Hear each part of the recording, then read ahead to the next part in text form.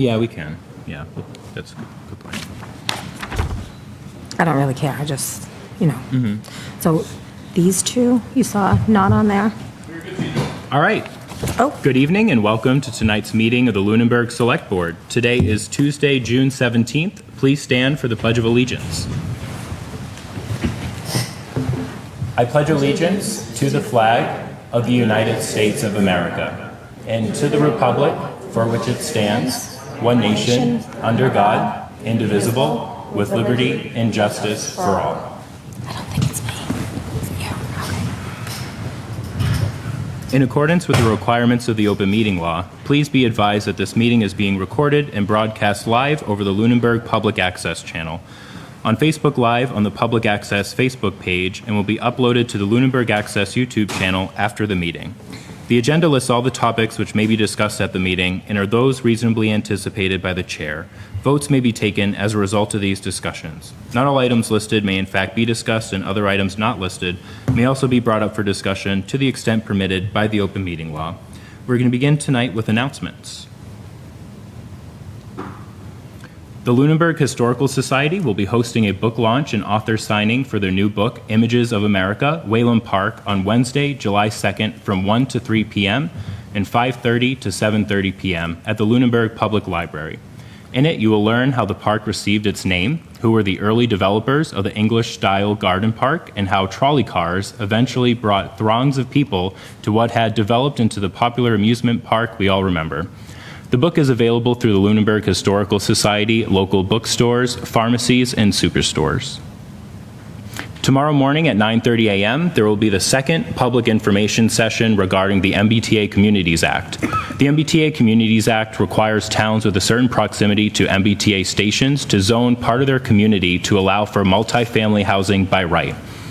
Attend the public information session if you're interested in learning the potential paths forward for Lunenburg as we consider plans for compliance with the law.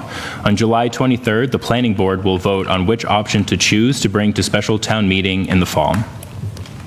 The Lunenburg Town Band concerts are back. The first one will be on July 7th from 7 to 8:30 p.m. at TC Passios, and the Lunenburg Farmers Markets are taking place every month. The next one is July 11th at 4 p.m. Any other announcements? All right. Public comment. Are there any public comments from the board? I just have one just to piggyback on the announcement of the information session for the MBTA Communities Act. I want to thank Matthew Brenner, who ran last night's session. It was really informative, and it was recorded, so it will be available on PAC YouTube channel shortly. And I think, Mr. Brenner was encouraging folks to submit questions, thoughts, opinions, ideas. And so if you're not able to go in person, I encourage you to send an email to Matt, and you can find his email address on the town website or any member of the planning board. All right, any public comments from the public?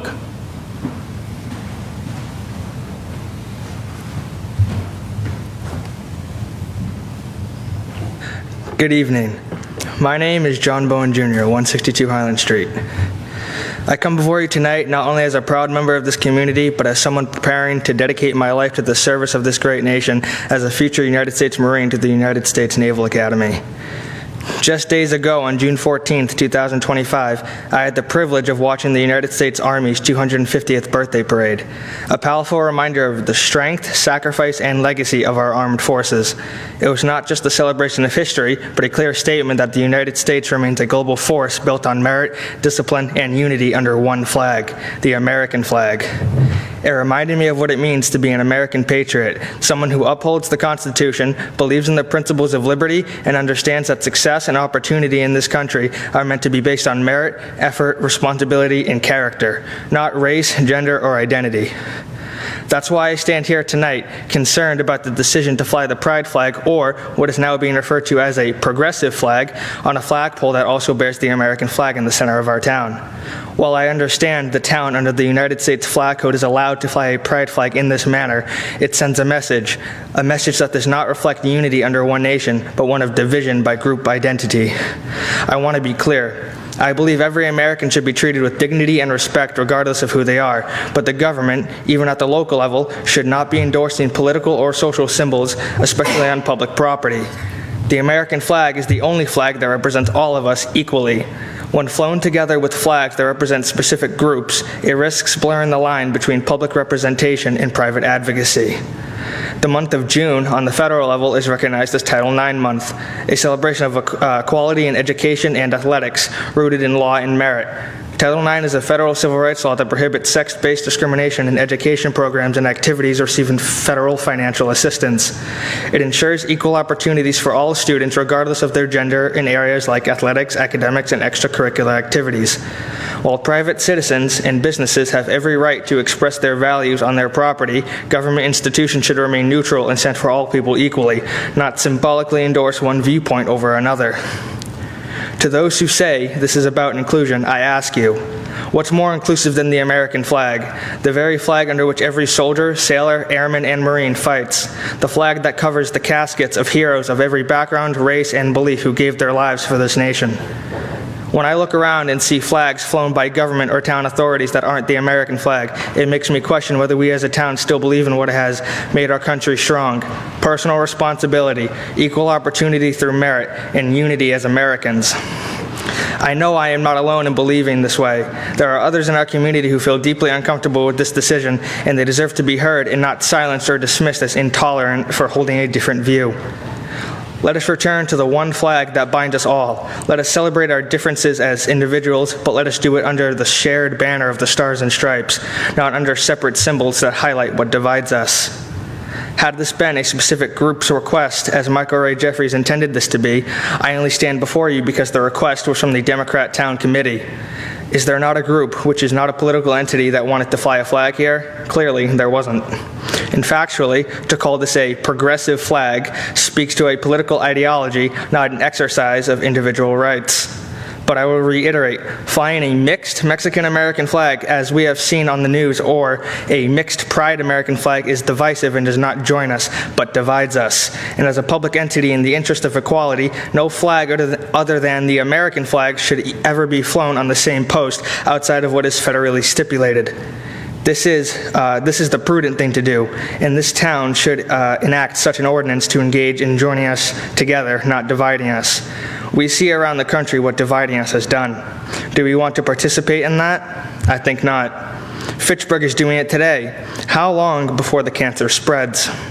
When free speech collides with political ideology, is it really free speech, or is it the parroting of a political ideology? Thank you for your time. May God bless this town, and God bless the United States of America. Any other public comments from the public?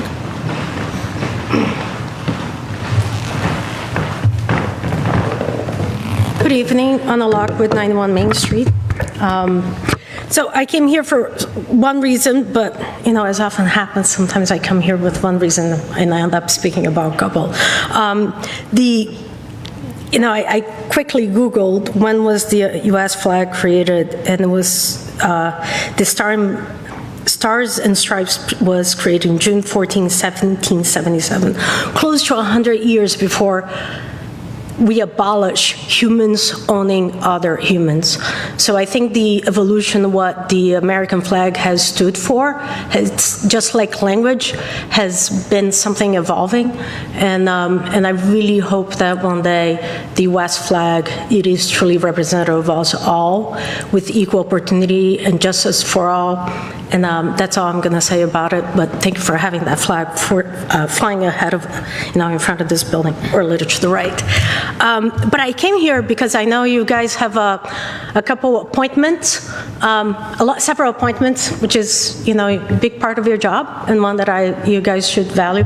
And first of all, I want to thank every person who has volunteered their time and is willing to sign up for some volunteer job that no one will thank you for, but hey, I'll apologize to us. But in particular, right now I'm serving with the Council on Aging, and you're going to have 3 candidates. I don't know one of the candidates, so I'm going to speak for the 2 that I know. One is being Mr. Jack Rabbit, and another one, Mr. Lou Franco. So if there are 2 people in this town who have done the most to help seniors stay in their home, they are these two gentlemen. So Lou Franco, when he first started as serving in the select board, he took it on to write a bylaw that would be accepted by the state, and he did a lot of work for that. And that bylaw now offers, it was finally signed into law by the governor this year, I think, within the year 25. And that is another benefit, another discount, if we will. It has a lot of restrictions, but another benefit, trying to help seniors that have been living in town for a long time to stay in their homes. Jack Rabbit served when all chaos was breaking loose with the boards of assessors and tax and, Lakefront, a lot of division in town. Jack Rabbit signed up for one of the job that no one wanted to sign up for it. And he got us through that phase of the abatements and got all that settled.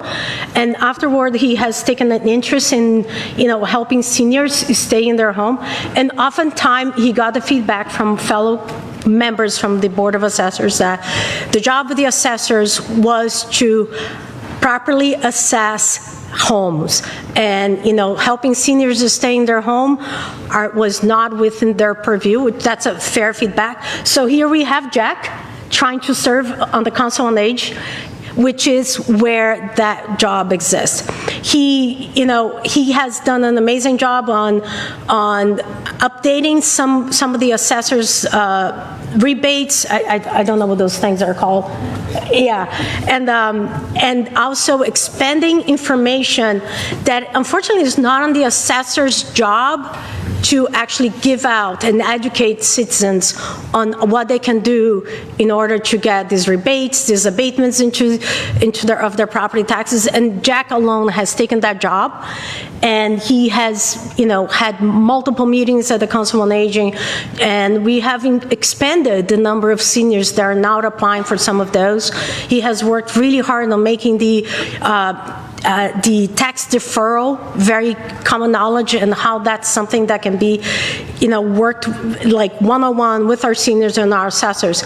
And that is the right place for Jack to come to the Council on Aging and help us continue in making the life of our seniors, affordable and able to stay here. So I don't know the other gentleman that has applied. He came to our last meeting. I appreciate his effort on wanting to volunteer. I hope he will volunteer. I hope there's many other boards in town that needs people. I hope he will stay. I just hope that you will vote to nominate Lou Franco and Jack Rabbit, because those two gentlemen have done the most to help our seniors stay at their homes and make Lunenburg affordable and welcoming to our seniors. So that's my request. Thank you very much. All right, thank you, Mrs. Lockwood. Are there any other public comments from the public? All right, Mr. Scolambrini.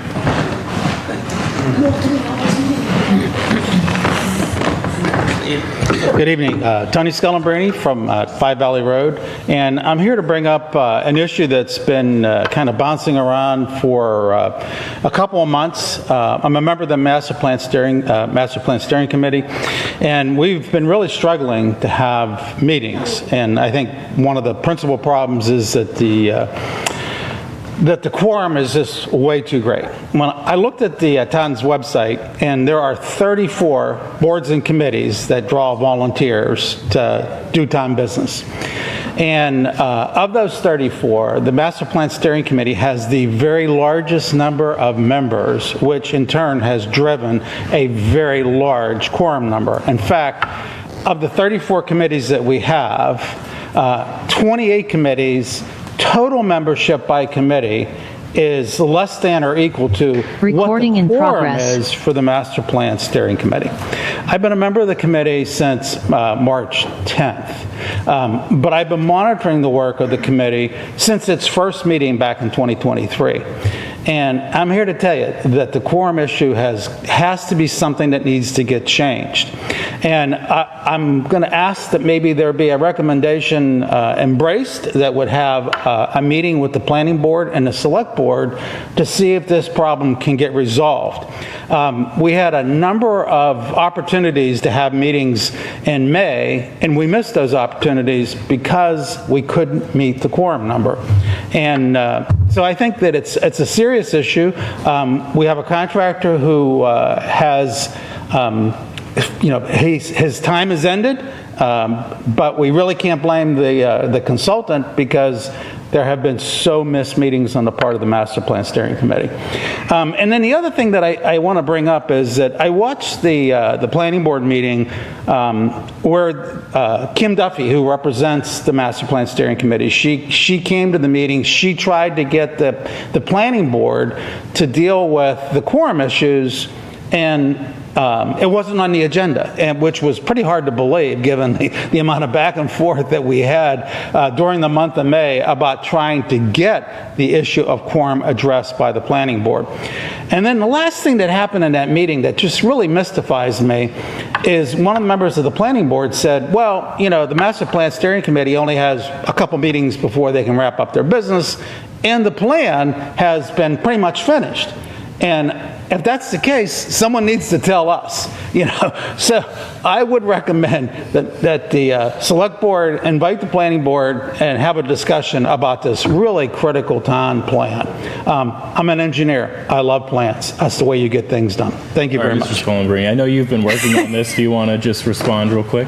Well, I guess I'll respond to say that, Mr. Scolambrini, I'm surprised as you are with your last statement. As a member of the select board that is on the committee, as am I.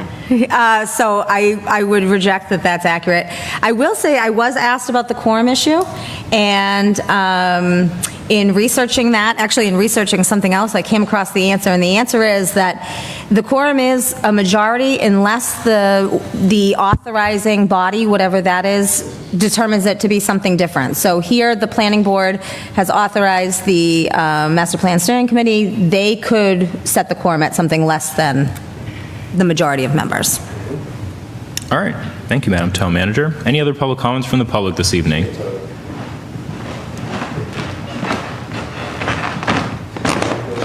Good evening. My name is Theodore Doucette. You can call me Teddy. I live at 318 Howard Street. Excuse me if my voice shakes. I'm a bit nervous to be up here for the first time. I wasn't sure if this is the time that I come up, but I applied for the Environmental Commission. Yeah, the Conservation. Conservation. Yeah, we'll get there. Yeah. Okay. So this is just public comment. It's a forum to say whatever you want. We'll actually have a part in our agenda later on where we go through actual appointments. Excellent. So we can call you back up, but I'm glad you're here, though. Excellent. I do want to just respond to something that I heard earlier. Sure. I do not believe that the pride flag being present next to a government building is indicative of a cancer spreading. I think it is that I do believe it is a progressive symbol that shows people that they are included, especially a group of people that has been marginalized and persecuted throughout history. And I think it is time that we need to show people that they are welcome, especially in our town of Lunenburg, where I have met many people at the library who, from like all walks of life, who I think share my view that everyone is welcome here and everyone is deserving of respect and inclusivity. Thank you. Thank you, Mr. Doucette. All right. All right, moving on from public comment. Any communications from other boards? Not seeing any tonight. All right, so we have a meeting to discuss the Hometown Heroes banner program with Richard McGrath, the chair of the Historical Commission. So I will invite up anyone who wants to speak to this program.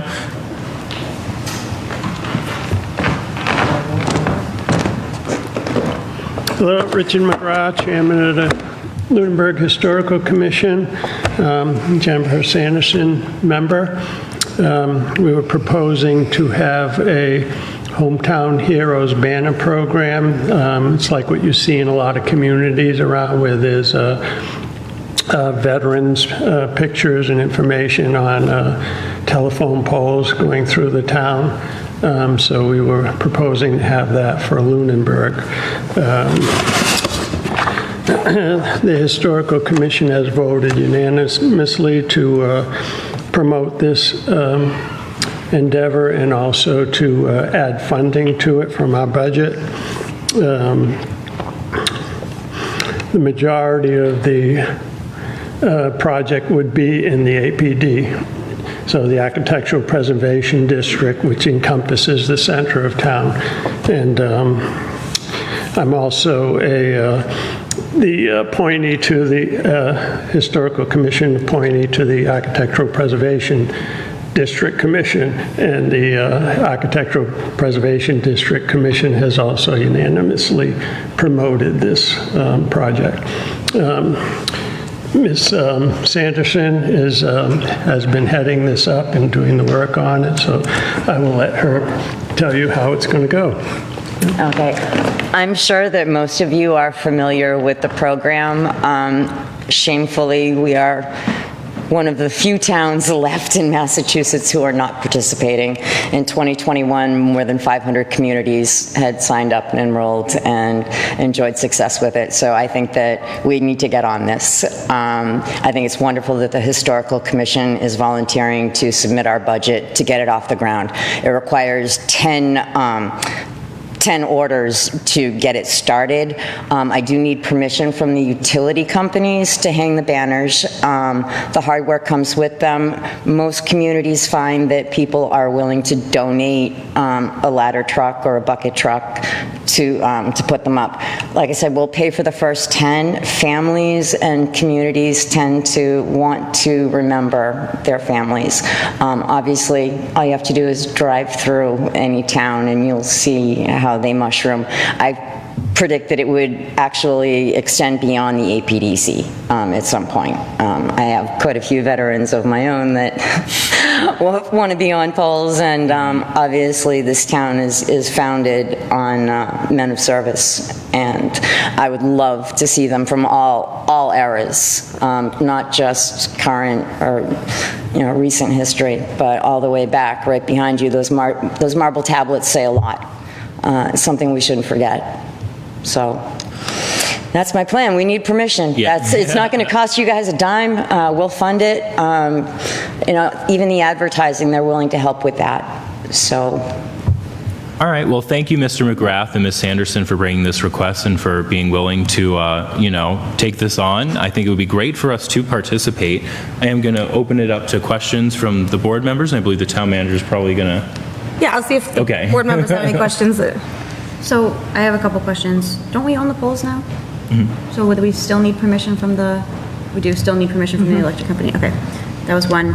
And then if they're going to be soliciting, how does that work as a town entity? Do they need to be, can we do that? If we're soliciting donations, do they have to do a permit or an application, or what's the process? First, I fully support this project. I think it's fantastic. Sorry, I should have started with that. Just So logistics of it. The Historical Commission cannot solicit cash donations. You could certainly solicit in-kind donations or product, but if you're advertising that families have an opportunity to buy one, that would not be a solicitation. Okay, So because that's usually how it works, It is that usually the is that individual they families pay for. because they're paying for the actual banner. And what if someone wanted to give a donation? Would it come to the town with like a byline, that it's for this project? Would have to set up a donation account if folks wanted to. I could see if Specific people for wanted this, to but if people wanted to donate, if people couldn't afford it or I there was also extra want to costs. coordinate with the Veterans Affairs. I mean, this is something that would be beyond one person managing, I think. So we want to get it off the ground, but we're also welcome to input from other organizations to promote it and make it succeed. So. I have one more question. Is the program that you're working on, is Hometown Heroes, the banner program, like, do they make the banners? Is this a company? Is there like a separate solicitation or procurement that we would need to do, or is This is them. we can just go through them and it's accepted? Okay. Yep. I think it's fantastic. I fully support it. I've spent a lot of time driving 117 through Bolton, and it's just lined with these banners. So there's probably, some details and logistics to work out, but thank you for bringing it forward. It's my pleasure. It's so worth it. Yeah, I think I have no doubt it's going to be very successful. You'll have a lot of... Thank you so much. Appreciate it. Don't go just yet. Yes, I also echo the support expressed. I do think it's an excellent program. And so have you coordinated with the Veteran Affairs? Not yet. It's been a question of timing. I needed to get permission. My representative with Hometown Heroes was kind of waiting for me to get permission. I didn't want to go ahead and do anything until we had permission. So everything's been in a standstill. I didn't want to get hopes up or plans made and then have it not go through, so. All right, great. There's no other discussion. Is there a motion? I do have some questions. Okay, Yeah, I do have some questions. So in the other, you said communities use bucket trucks, so that's typically communities that have municipal power, which we do not have. So have there been any conversations with the fire department about being able to use the ladder? None whatsoever. Without permission from the town, I did not want to go ahead and start anything that I would have to back out of. Okay, so if they can't for some reason, hopefully Unitil could. If not Unitil, I know of multiple tree companies, landscapers, anyone with a veteran in their family or in their circle. I don't foresee it being a problem. This is something that people they're not going to be stingy about, I think, with their time. Can I add, we get a volunteer to put a bucket truck to put the Christmas lights up. Maybe the same volunteer. I can be persuasive, too. Great. Any other questions? All right, well, is there a motion to approve the town of Lunenburg's participation in the Hometown Heroes banner program? So moved. Second. Any additional discussion? Those in favor say aye. Aye. Those opposed, no. The motion passes unanimously. Thank you both for coming in tonight, and again, really thank you for taking this on. Thank you so much. Have a good night. You too. Thank you.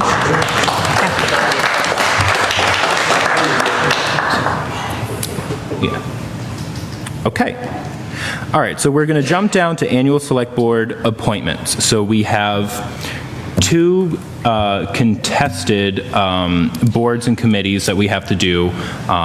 One thing to note here, I'll just go through them. So for the Conservation Commission, we have 3 terms that are expiring June 30th, 2025.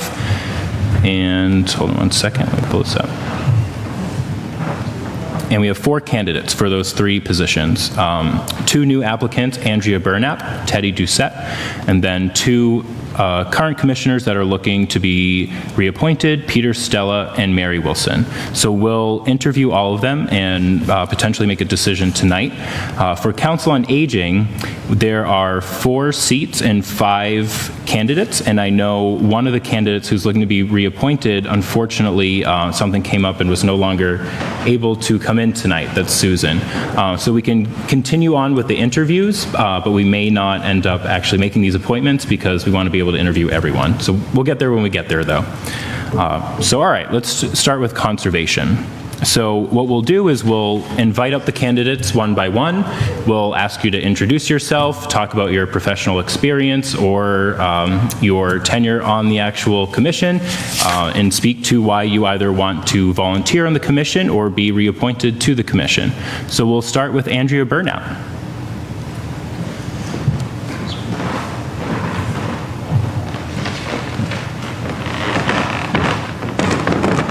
Hi, I'm Andrea Burnap, and I live at 158 Northfield Road.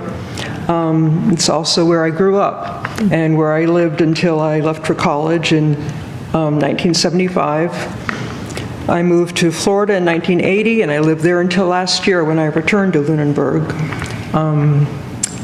I did kind of keep up over the 40-plus years because I came home to visit Mom and Dad, and they filled me on what was going on, some of the news anyway.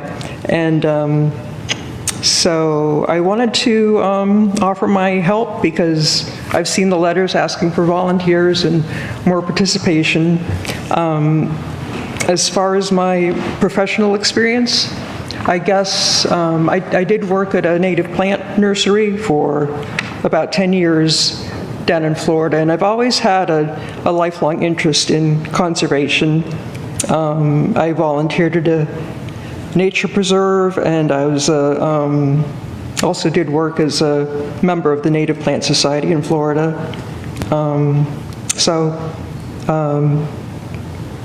I know I have a lot to learn about the process, but I would look forward to that, and I'd be happy to help if I can. All right, thank you, Andrea. Hold on one second, we might have questions for you. I'll open it up to the board with any questions. Okay, thank you. Thanks, everyone, for coming forward. Just a couple of questions that, actually, I'm going to ask all of the applicants for the Conservation Commission in particular, because I know there's a lot. I watch a lot of their meetings. I know there's a lot of regulations and rules and things that you need to know. There's key decisions that are made, and that takes time to learn those things. So you're aware of the time commitment to Yeah, I had a good talk with Jenny. Oh, good. Okay, and, Jenny's online. She filled me in on all of that, and it did look like a lot, but she kind of assured me that, she thought I could handle it. And I just want to make sure you're aware, you're going in eyes wide open, because I know, in speaking to some current commissioners, how much of a time commitment it can be. Okay. I think that's my main question. I don't have anything. I don't have any. It sounds like you're a great fit. You're really interested in conservation. So yeah, it seems like you would be a good fit. So thank you for your interest in volunteering for the town. Okay. All right, thank you, Andrea. Thank you. All right, up next is Teddy Doucette.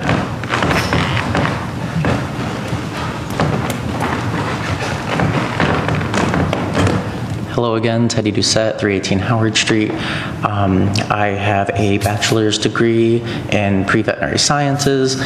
During my undergrad, I did a lot of studying about sustainability and environmentalism.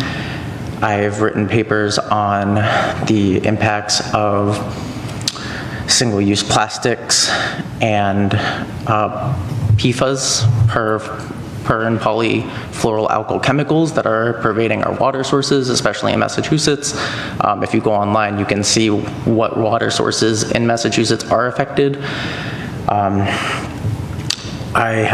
dedicating my life to lifelong learning on a One Health perspective that includes society's health as well as the environment around us. I think now more than ever, it is important for us to come together as a community to combat climate change and the harsh chemicals that are affecting our communities. I've also talked to Jenny about the time commitment. I look forward to training and learning more. Do you have any questions for me? Any questions? I forgot to say their meetings can be really long. Yeah. I heard. Have you watched any of them? I have not yet. My current Wednesday night commitment is with the Sierra Club, but I can change that to a different day. Okay. Cool. Any other questions from the board? Nope. Thank you. Yep. Thank you. All right, up next is Peter Stella.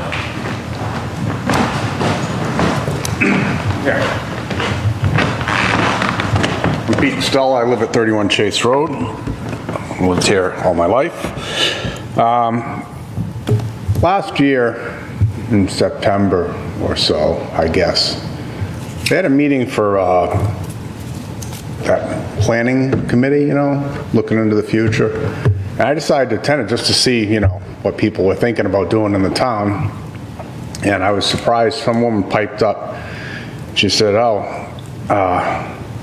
we should look into making sure that, when a farm comes up for sale or a piece of property comes for sale, we jump on that. There was a farm down, I know the one she was talking about, it's down near where the property where the lane is and probably over on Flat Hill where they built Cortland and some of those houses. I'm pretty sure that's a piece of property she was talking about. And I said, I didn't mean to be too rude, maybe it was, 'cause it's the way I am. I said to her, well,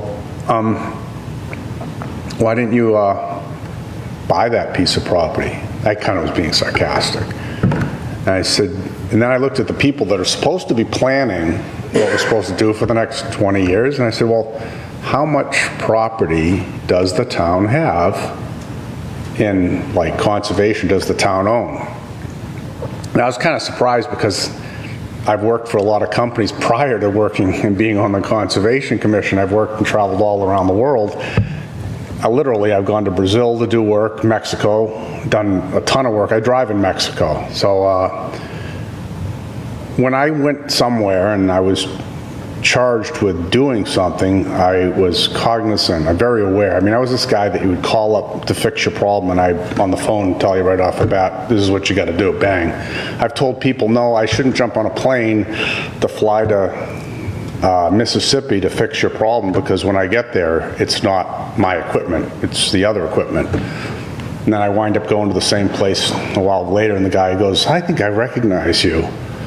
At any rate, I was very knowledgeable. Now, I got on the Conservation Commission, and I was surprised to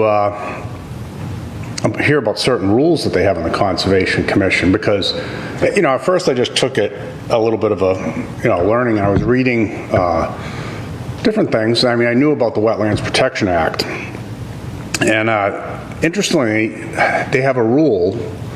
It's a 30-foot no-touch. I'm like, okay. So I thought this indicated, I read the definition of the no-touch, and I had a hard time finding the actual rule and how it's expressed. But it's literally a 30-foot no-touch. It's 30 feet no-touch from wherever the delineation of any wetland. They treat it like any wetland. Any wetland. And they talked to me like, last meeting we're at, one of the members said to me, he said, I don't know if this is where you belong, being on the Conservation Commission. I didn't say anything back to him. I thought about it over last couple of weeks. And I read a few things, and I also happened to look at some work. I do a lot of things for work.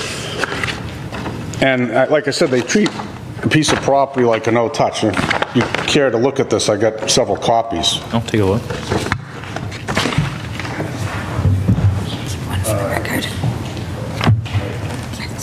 That's on a project. That's on a project that's less than 30 miles from here. It's within 800 feet of the second largest river in Massachusetts.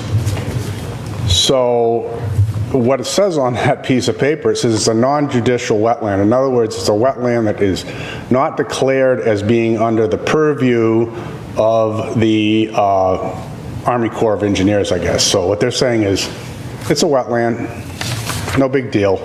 And you might note on the side of the wetland, it says, to be filled. That wetland is going to become a parking lot, basically. And I purviewed or looked at the entire drawing. You know, I got a big D-sized drawing. And nowhere on the drawing does it say anything about replication. If you lived in Lunenburg your entire life... Mr. Chair, is this relevant to the application? Yeah, it is. Yeah, it's relevant. it's okay. We can. Is this even in Lunenburg? What you handed us? Is this? It's in the state of Massachusetts. But it's not in Lunenburg. I just don't understand the. It's okay. We can let him go through with this. Can I just ask you, when was this project from? I don't know if you said it. Well, it's Lowell, Massachusetts, near Dracut. Recently, though? Yeah. Okay. It's a current project. We'll just go ahead. So, I think I can cut to the chase a little bit here. First of all, when you read Massachusetts law regarding wetlands and wetland protection acts and people that have something to do with it, it talks about a lot of things. And it has verbiage like the following: no person shall remove, fill, dredge, alter any bank, riverfront, freshwater, etc., into wetlands, coastal wetlands, and then the same type of verbiage in inland waterlands and all this other stuff. And this is our town's wetlands regulation that you're getting that from? Even in our town regulations. The point is that it doesn't say you shall not fill, it doesn't say you shall not dredge, it doesn't say it says before. In other words, the wetland itself, you can do certain things in it. And there are wetlands that are protected and non-protected wetlands. The Conservation Commission in the town of Lunenburg treats every body of water as if it must be protected and it can't be touched. And is another part of Massachusetts law, and it's regarding the Commissioner of Environmental Protection. And starts out, the Commissioner of Environmental Protection, blah, blah, blah. And then you get down several paragraphs. And it states that any person having ownership interest, any lessee holding a lease of 25 years of length or more, any mortgager having an interest, and I can cut to the chase a little bit and skip over it. It just goes on. It's talking about property. Actually, it's kind of right off the bat. Any mortgager having an interest in land affected by any such order, speaking about orders by the Conservation Commissioner, may within 90 days of receiving a notice thereof petition the Superior Court to determine whether such order so restricts the use of the property as to deprive him of the practical uses thereof, and is therefore an unreasonable exercise of the police power because that order constitutes the equivalent of a taking without compensation. And then it goes on. It's quite lengthy. It's a paragraph because it talks about, well, the court may order that the restriction be invalid. And the rest of it talks about you can't apply that order to another place on the same property, or it can't be applied by, if I get that order for me for a certain series of conditions, the Commissioner of Environmental, and the same thing as we would have, we'd still have the opportunity to, you can't just, apply, say, oh, my neighbor did that and I get the same piece of water in my backyard. You still have to go in front of the powers, the authority, having jurisdiction, if you want to call it, the commission, to apply for your particular case, and if the commission makes the same ruling.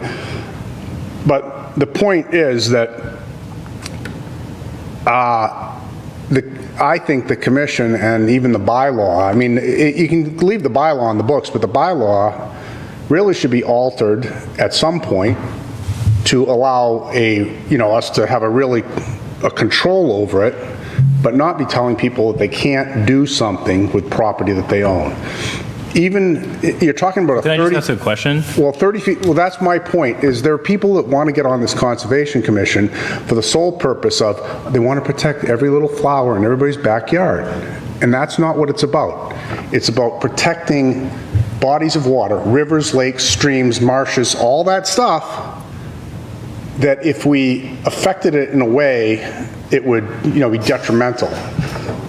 A person who has, 40 acres and has a pool of water in there, maybe not a pool of water, that's probably not a great example, but a marsh or a wet, not even a marsh, that's probably bad, just a wet area that might be considered a bordering vegetated wetland, for instance. Sometimes you have to consider, well, the guy wants to put a driveway through. So where do you draw the line? And obviously, what I'm saying is, hold on 1 second. Where do you draw the line? Your personal opinions about I have 2 questions. Where do you draw the line in your personal opinions on wetland regulations and enforcement? So if I had wetland in my backyard and I just wanted to completely fill it in, do you believe that I should have the authority to do that? It would really depend on whether or not that wetland is like something substantial.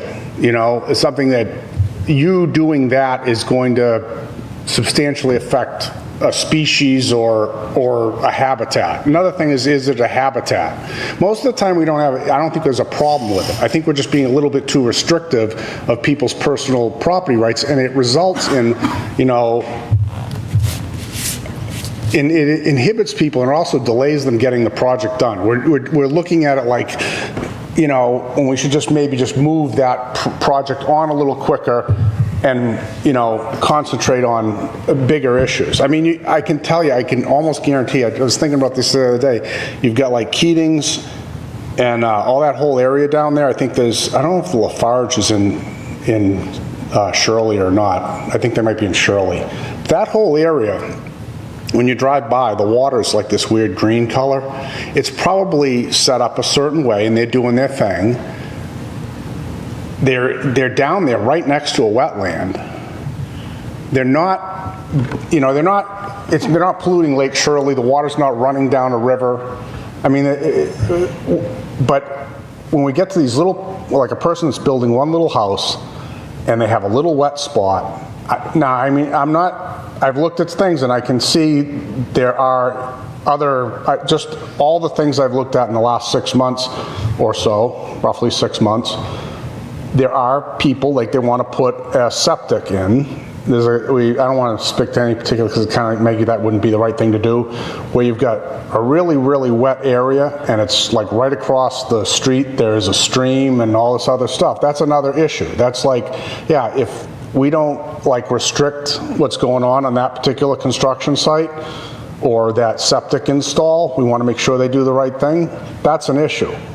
But if someone has a little wet spot in their backyard, or somebody, I don't want to, like I said, I don't want to speak to anything specifically, but if it's not, if what they're going to do, like if they're going to cut down a few trees, or if they want to turn a bunch of trees that's particularly not even in the wetland into a grassy area next to their house, I think we got to say, well, that's your property, you have a right to do that, so let's be very restrictive in when you take those trees down. Make sure you're not going to damage, you're not going to rip the roots out, and now you're going to have erosion and have your dirt and whatever it is going off into a lake or into a wetland. So if you're reappointed to the Conservation Commission, and there's something in front of you that maybe you disagree with the wetland regulations that are actually on the books, are you going to enforce them as a Conservation Commissioner, or are you going to go with what you believe those regulations should be? At this point, I would enforce the no-touch restriction, but I would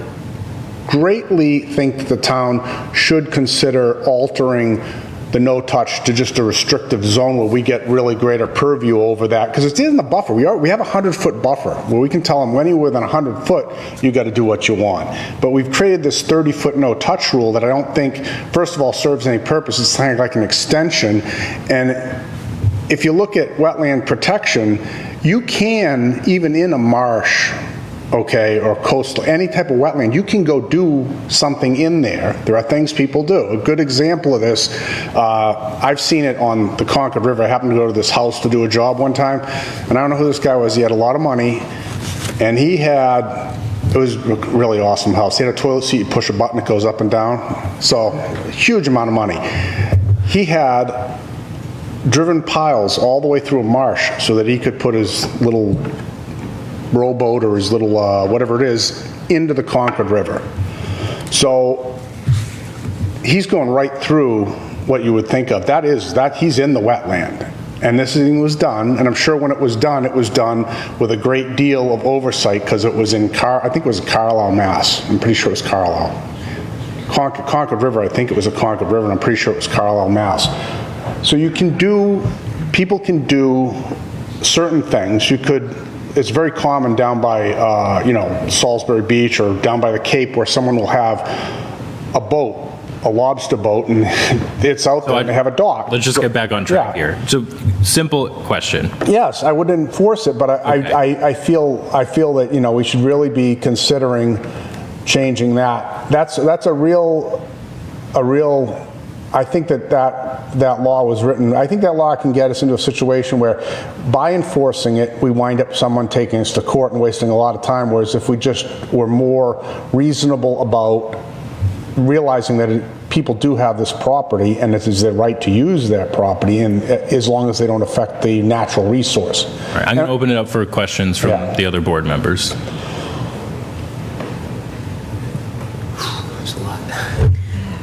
So I'll ask the similar question. You've been on the board now, or commission, for about 6 months. I think just before January, December, somewhere maybe. I'd have to. I think it was maybe. Yeah.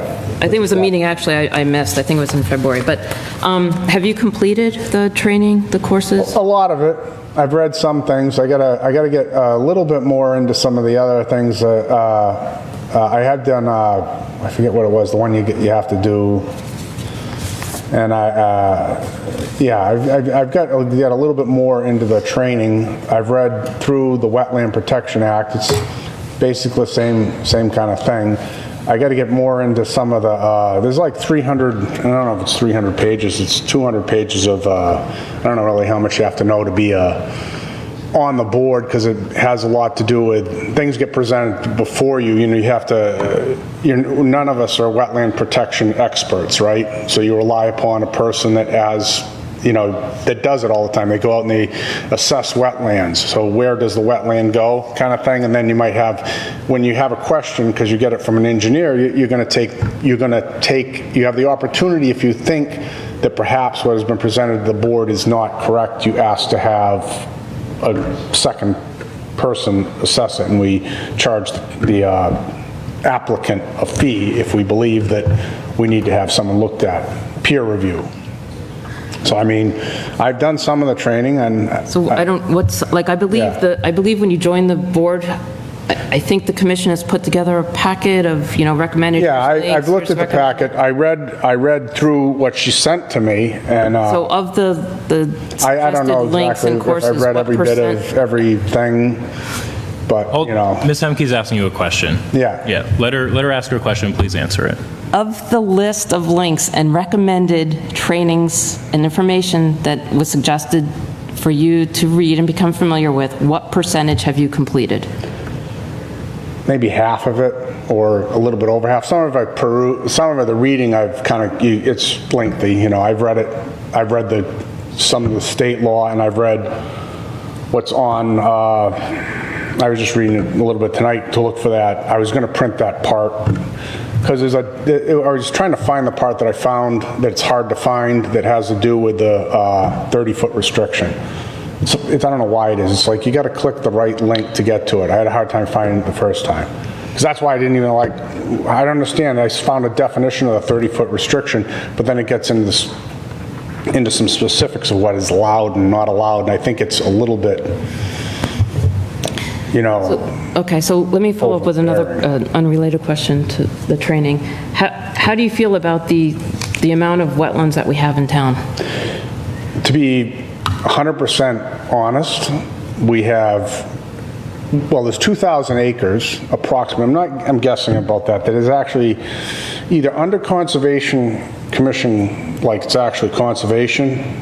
Some of it might have been when I kind of looked around on a property map. It's about 2,000 acres. The town's only, I think, 17,000 acres.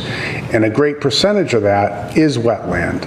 On top of that, you have private property, like you have several lakes, 2 lakes that are about 300 acres. That's wetland. You have Hooten's Mill Pond, which there's wetlands everywhere. There's more than enough wetlands. I mean, if you were going to say to me, do you view that as a we have an nice overwhelming feature of this amount town? of wetlands? What? Do you think that's a benefit and a nice? Actually, no. Why? It's a swamp. Wetland has a habit, it has a purpose, it's necessary environmentally, but we have excessive amounts of wetland. I would question whether Hooten's Mill Pond, which was created, should perhaps be less. I was driving, I was actually on a customer's property, and I was surprised that both sides of her driveway are water, all the way down. It's probably a 200, 300 foot long driveway. And behind her house, she's a little bit far from Hooten's Mill Pond. It's all water, all the way down to Hooten's Mill Pond, which runs right down and becomes part of Lake Shirley. And then on the opposite side of Reservoir Road, it's tons of wetland. Some of it's, obviously that you wouldn't want to be, and that's a place, it's right near, we have wells. I mean, you wouldn't want to allow people to do anything detrimental to a wetland anyway, but there are certainly places in town where if someone came and you had a wetland delineation and they wanted to convert it into a drier spot, and a great example of this is if they wanted to turn it back into farmland and they wanted to put what's called field tile in, which is what they do is they basically dig a trench, they put a drainage pipe in, and they drain off the water so they can use it for farmland. So let me just see if I get this correct. You believe that there are a lot of wetlands in Lunenburg, which may be good, maybe bad, but you believe that property owners should be allowed to fill in those wetlands because there's so many of them? No, I wouldn't say fill in That's kind of what I'm hearing. I wouldn't say fill in a wetland. I'm saying convert more of a, what can be called a wetland by the fact that there's more of like a bordering vegetated wetland, a place that's kind of wet. It has certain species of wetland variety things. It has the soil, it has all the conditions of that, but it might not even be naturally a wetland. I mean, you can talk to the engineers over here. People do something, they do a little something here or there, they put a road in, and all of a sudden it's holding back water. Now that becomes a wetland.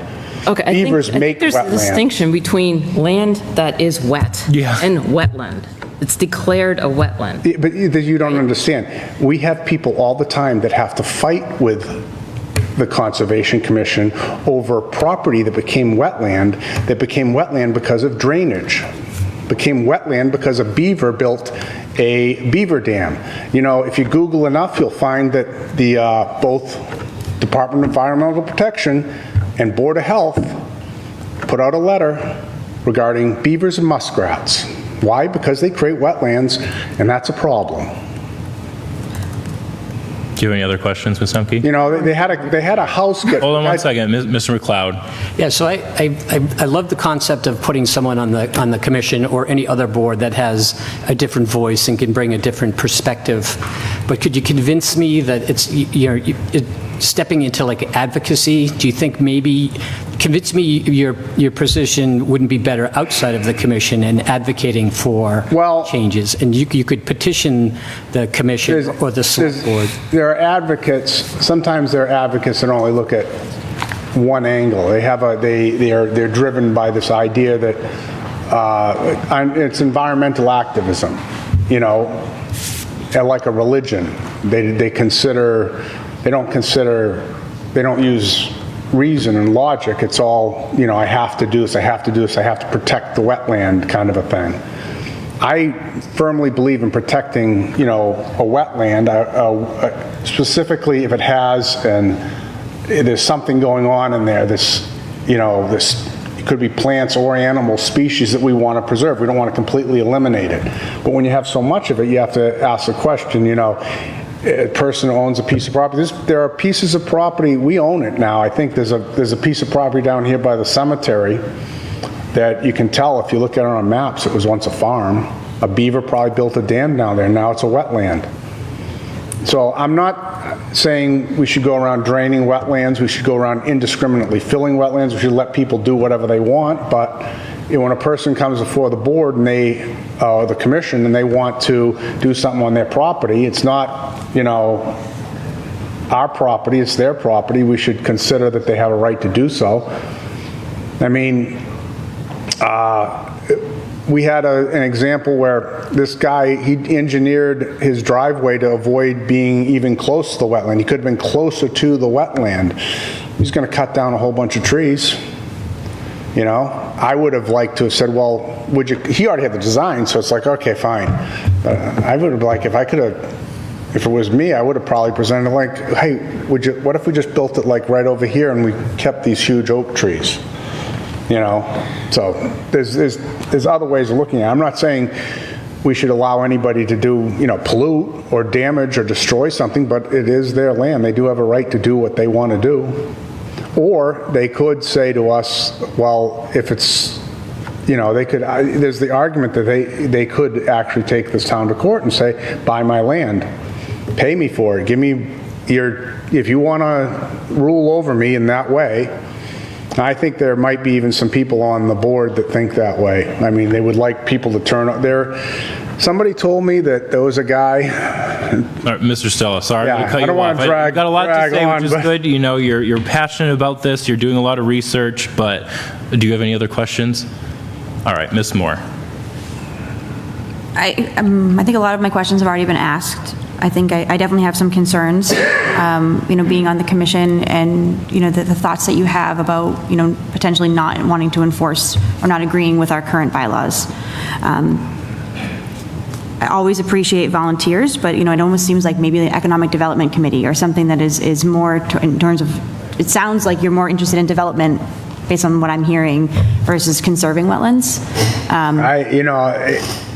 I don't really care one way or another. I have a business. I got to really make money and do my thing. Mm-hmm. But I really think that bylaw should be altered to just not to tell people that you can do whatever you want, but you're literally, when you look at conservationism, the whole idea, it's to protect a wetland. Mm-hmm. Once you get beyond where the wetland is delineated, or the edge of your lake, that's definitely your property. And even, like, a lake's a great example because you can put a dock in the lake. You can put your boats in the lake. The Conservation Commission makes some rulings on that. That's really almost, where the person would probably more likely get in trouble would be like with the Lake Association. You put a dock in the lake, you want to have too many docks, well, now you're using up other people's rights to use the water, let's say. But I don't really care. I mean, I do care, but I'm not going to, you've got 3 positions open. I find it kind of interesting that prior to something, all of a sudden, a couple of people show up and they've talked to Jenny. Like, the conservation, people on the Conservation Commission have a very, I think they have a very, I don't know about every one of them, I can't speak, maybe not everyone, I think several of them have that view that, if there's a puddle of water in somebody's backyard, that's a wetland and they can't touch it, I really think the replication too, I don't know, I think that's definitely, from what I can understand, more of it may be the way the Lunenburg looks at things. I don't think replication is always necessary when we have so much, but that's something, that I think might be flexible as a commissioner member, and it's something that should be looked at, going forward, maybe not forcing people to replicate all the time. And a developer, I can see a developer being forced to replicate, but not an individual maybe. It's kind of pricing, costly, and maybe not necessary. I think we got a good idea of, where you stand on the Conservation Commission and our regulations, so thank you, Mr. Stella. You're welcome. Thank you. All right. I think we have one more. Let me just check. Yep, and up next we have Mary Wilson.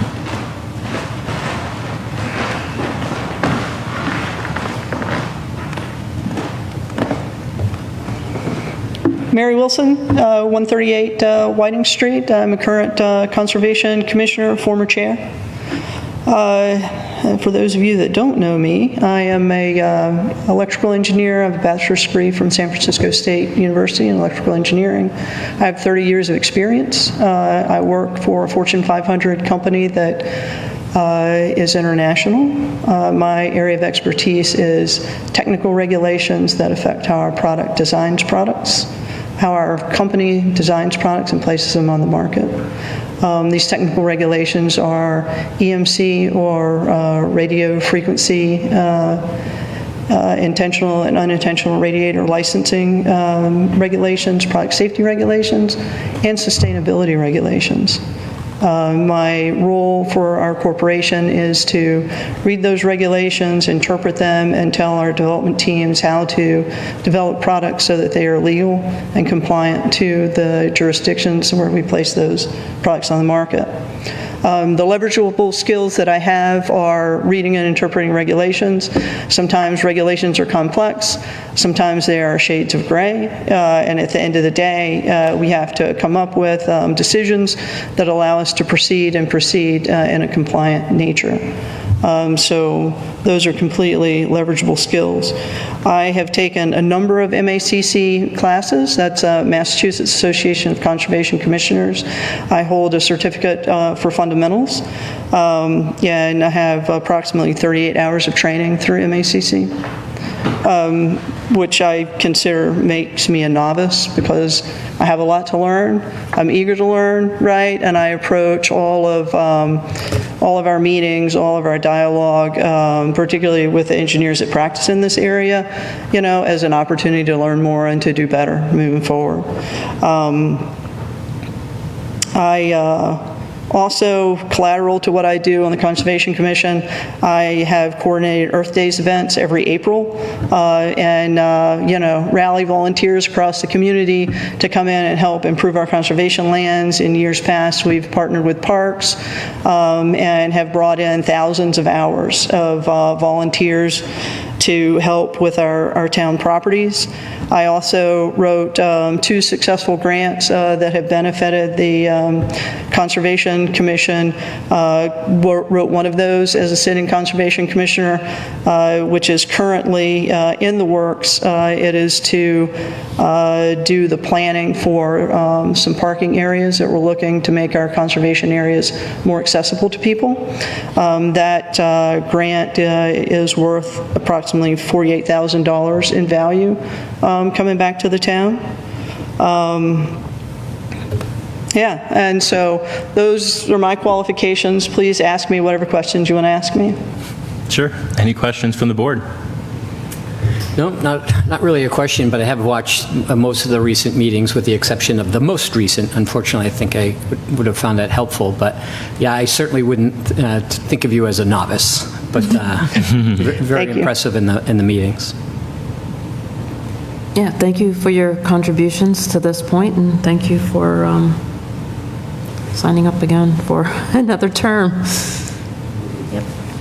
And thanks for answering my training questions ahead. Oh, yeah, sure. I know your commitment to, all of the organizations that you volunteer, and appreciate you being here again. Thank you. When you mentioned the Earth Day events that you've helped to coordinate, I remembered that I met you at one of those. That's right. And we actually talked about how you wanted to make the conservation area, the trails, more accessible. So it's great to hear that you're, actually seeing that through and working on that. So, I think your dedication is self-evident, and I'm really glad that you are looking to be reappointed. So thank you, Mary.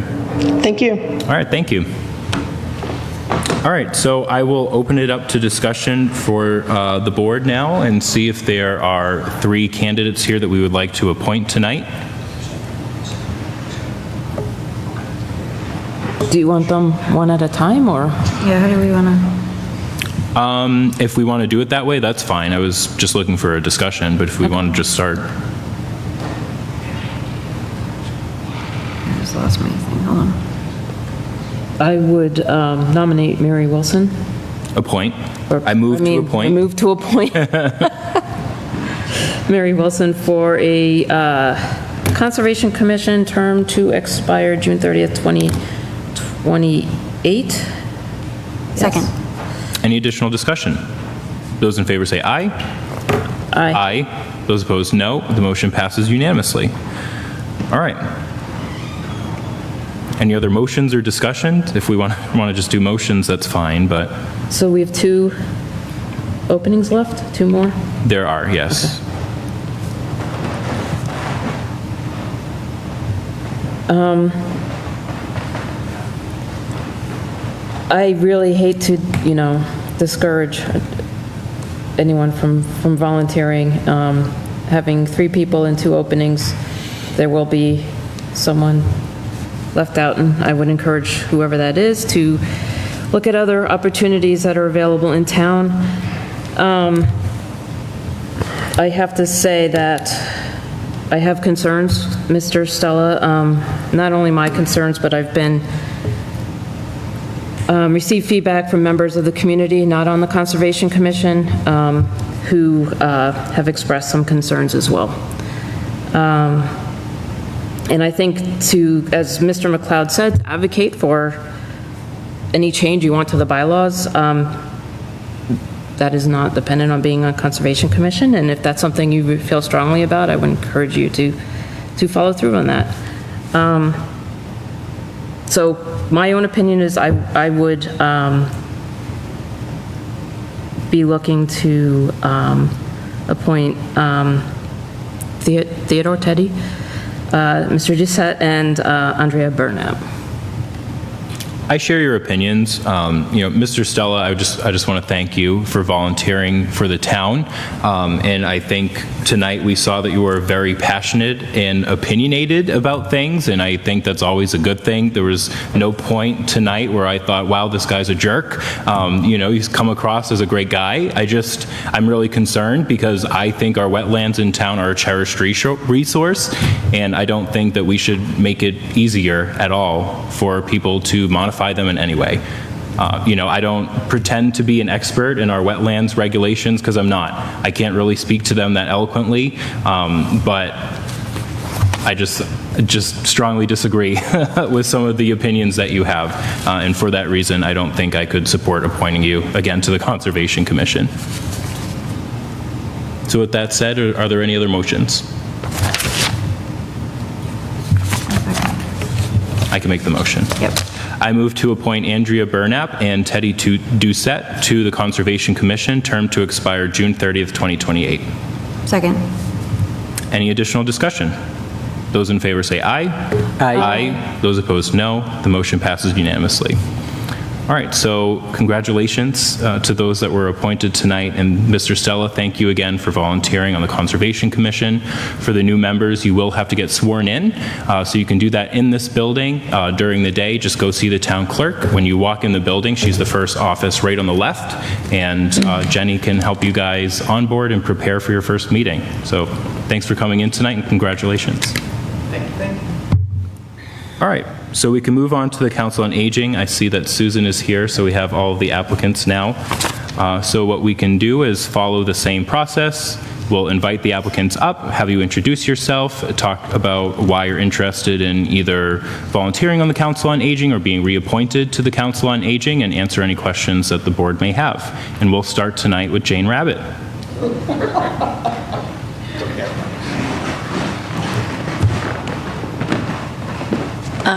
Jane Rabbit, and I live at 314 Townsend Harbor Road, right next door to Amanda. I've been on the Council on Aging for a few years now, several, and I've seen a lot of exciting changes over that time. I don't know if it's because of the aging baby boomers, which I am one of, but there's a lot of interest and there's a lot going on there, and so I've really enjoyed being on, the Council on Aging or the Lunenburg Adult Activity Center. I have a hard time getting used to that, and I just see a lot of really good things happening. I think that it's just exciting and a lot of fun to be on there, and I've contributed, I believe, and I'd like to continue. Any questions? Any questions from the board?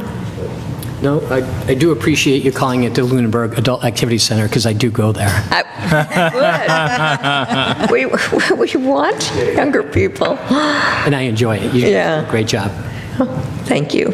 Yeah, and I'm happy to hear that you're interested in keeping and signing up again and keep going.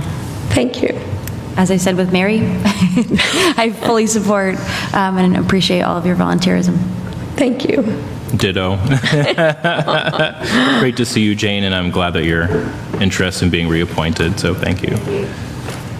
Okay, up next, Susan, if you want to come up.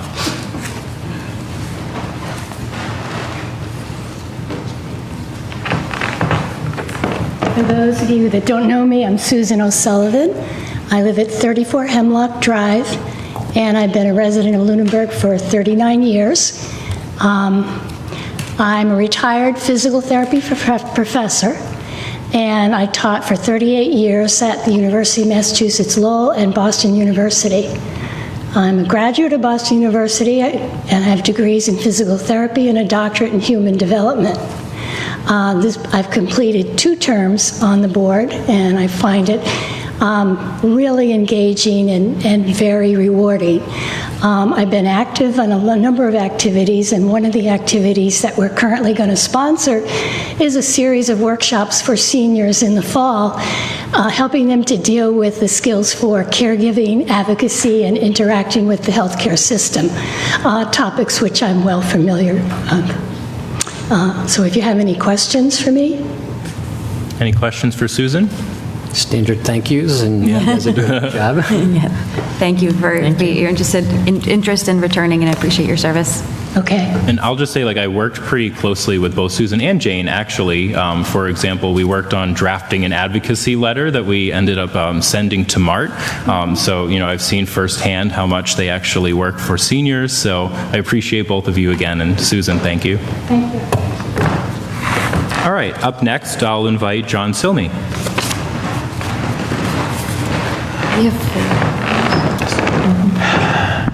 Good evening. I am John Silmy. I live at 4 Iris Court here in Lunenburg. Been here for a little over 4 years now, about 4.5 years. My experience leading up to this time was as an electrical engineer initially from Villanova University. Been through ownership of a few businesses over the years, including a manufacturing business on Long Island, and have served on a number of boards. Church board, was one of the trustees. I've been on what was a home rule commission in Texas, our first stop after retirement, and so got an idea of what government is like beyond the church or an organization, and I'm currently one of the trustees on the Board of Trustees with the Woodlands. That's relatively recent, just the past couple of months that since I was elected. But I think I have gained enough experience in different areas that are related to being on a board to understand what it takes to make things happen, to be willing to compromise, to be clear about what the objectives are, and keep personalities out of it as much as humanly possible. I've been a regular participant in activities at the, I guess we have a number of different names, Eagle House, the Senior Center, Adult Center, and I've really enjoyed the atmosphere there. I've especially enjoyed in recent months Deb Goodsel's influence on the way the place is run. I think that she's got some good ideas, and I think that she's got a lot of support because she's been able to manifest those ideas, and I'd like to make my contribution, whatever that may be. That remains to be seen, of course, but I will show up. I will do the work that's necessary as it presents itself. Well, that's my story. All right, thank you, Mr. Silmy. Any questions for Mr. Silmy? No questions. So I'm happy to see you volunteer for something in town. And should you not be appointed, that you would consider one of the other openings, but thank you for submitting your application, stepping forward. Thank you. I had the same question because we know we have more applicants than we have positions, and I always appreciate new volunteers. But is this the only commission or committee that you'd be interested in volunteering for if you weren't appointed? I have not considered others, but I might be open to them. Okay. I think that was my only question. And if you're not appointed tonight, would you be interested if a vacancy pops up to apply again? Sure. Okay, great. Just curious. Okay. All right, awesome. Well, thank you, Mr. Silmy. You're welcome. Thank you.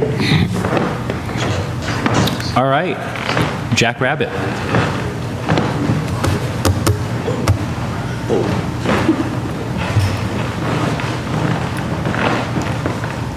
Well, my real name is John Rabbit, but I know.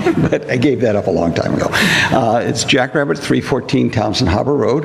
I've been a resident here almost 40 years now, and I've served on a number of committees. And by the way, every one of them you learn something. You learn, it's stimulating, mentally stimulating.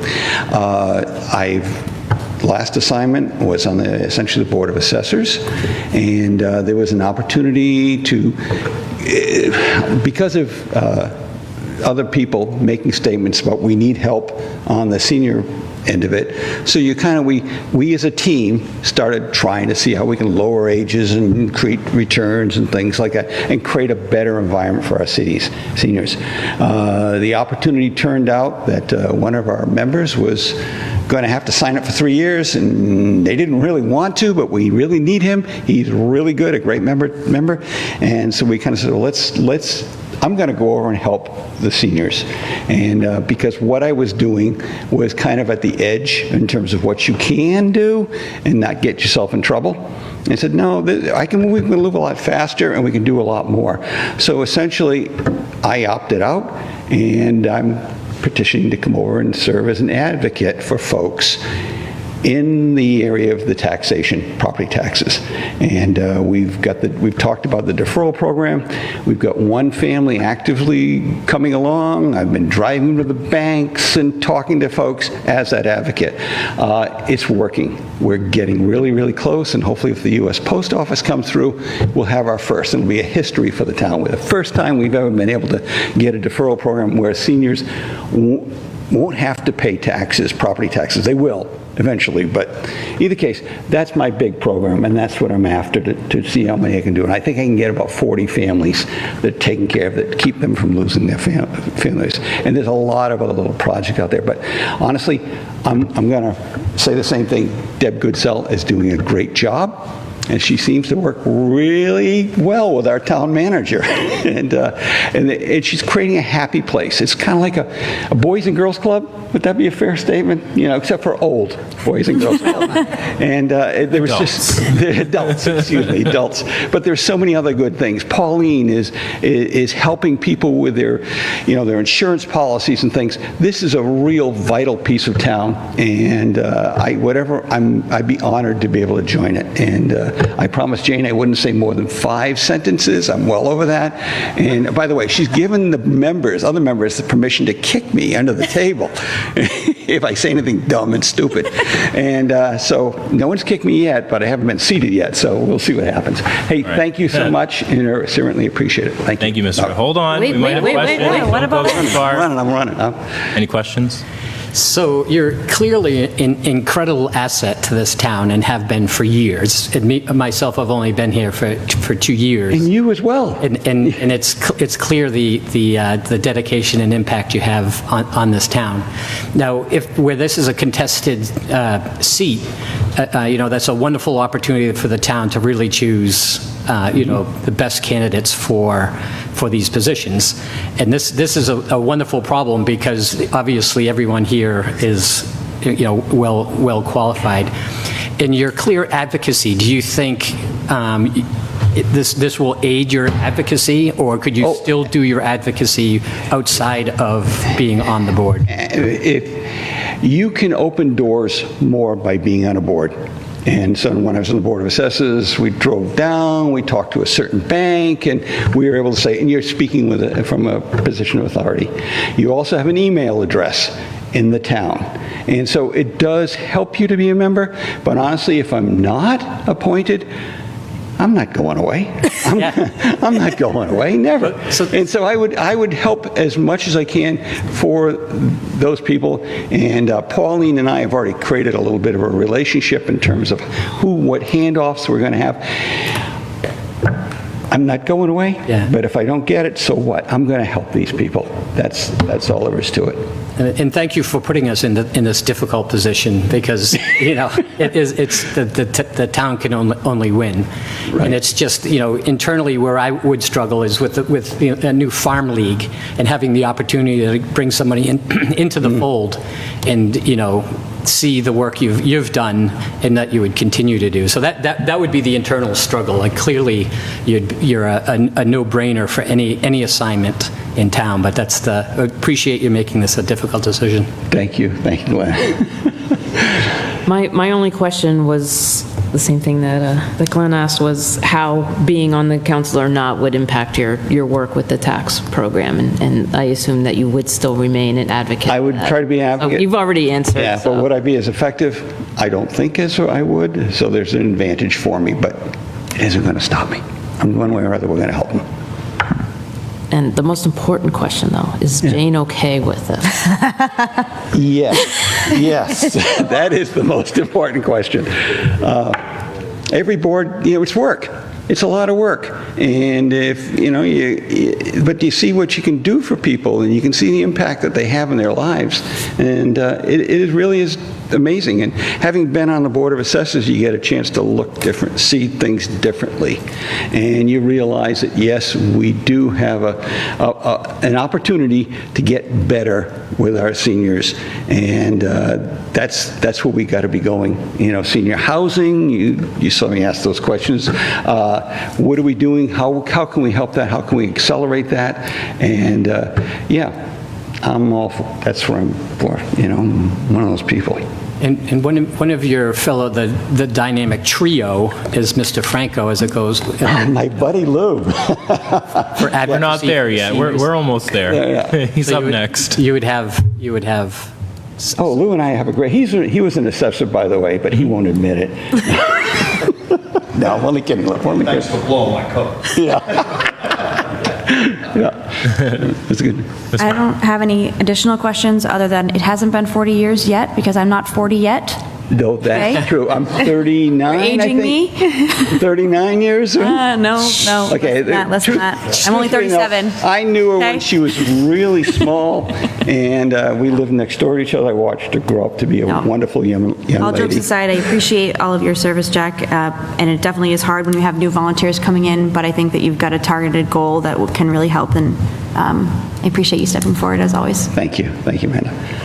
I do as well. It's so obvious how much you care, and you are such a hard worker. So thank you for all the advocacy that Thank you you. do for our Very seniors, kind. Mr. Rabbit. Thank you very much. Okay, I can run now? Yes. You can. All right, Mr. Franco.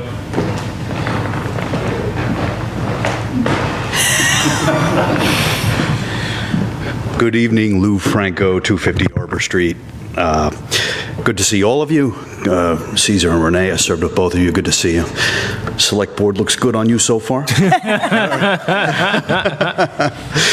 I just want to take 20 seconds to say, some of you who know me know that I'm a history lunatic, and each day I actually wake up and think about what happened that day. Now, I don't cheat, I don't use calendars, and I remember conservatively 800 dates, historical events. I mean, even right back to the Battle of Hastings on October 14th, 1066. But today is the 250th anniversary of the Battle of Bunker Hill. And I'm also, John and Abigail Adams are personal heroes of mine. They have been since I was a kid. And I've read almost all of the letters, in not originals, but that passed between John and Abigail Adams. And there's a captivating description of the Battle of Bunker Hill written by Abigail Adams, who witnessed it from Penn's Hill on today. And she wrote a description of it to John Adams in Philadelphia while he was at the Continental Congress. And he relayed, did that mic go off? He relayed to the Continental Congress sort of the horror of that, which was very instrumental in convincing the rebellion, bringing about the rebellion. So anyway, that's totally unrelated to why. Like, where are we going? Many of you, I mean, you all know who I am. Many people in town know who I am. I served on the select board between 2021 and 2024. Before that, I served on the Board of Assessors in town here for 11 years. As far as other board experience, I actually served on a conservation commission for 4 years in Southbridge, Massachusetts in the mid-1990s. So that was a heavy lift. A lot of dense material there. And by way of other board experience, I have been a member of the Board of Trustees of Applewild School since 2013.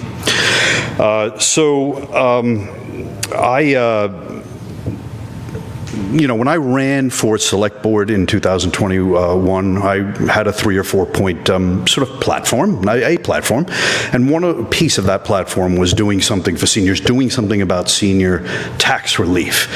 And I went into the job, and I know that that was an effort that had been talked about for a decade, at least, before. And so I kind of made it a mission, and I came on and I said, if that were the one thing I did while I was on the board of the select board, then my term will have been a success. And we did other things when we were on the board together. But Tom, I'm happy to convey the history of this. Tom Alonso and I co-authored, so I take only partial credit for this, but still, that's a lot of credit because it was a heavy lift. We co-authored what became warrant Article 21 for the May 6, 2023 town meeting. By the way, that's the anniversary of the Hindenburg disaster. Just 1937, all right? Nothing to do with the warrant article. The warrant article passed, and that was basically to ask the town's permission to petition our legislature under our home rule charter to pass legislation regarding senior tax relief, means-tested senior tax relief. You don't just get it just by qualifying by age.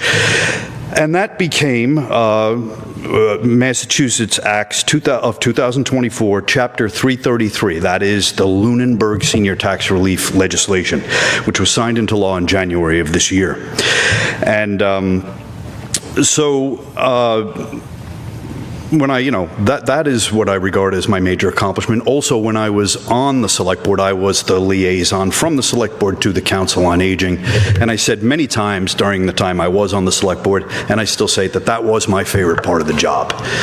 And so now, after a year of rest, at least in town government, and some therapy,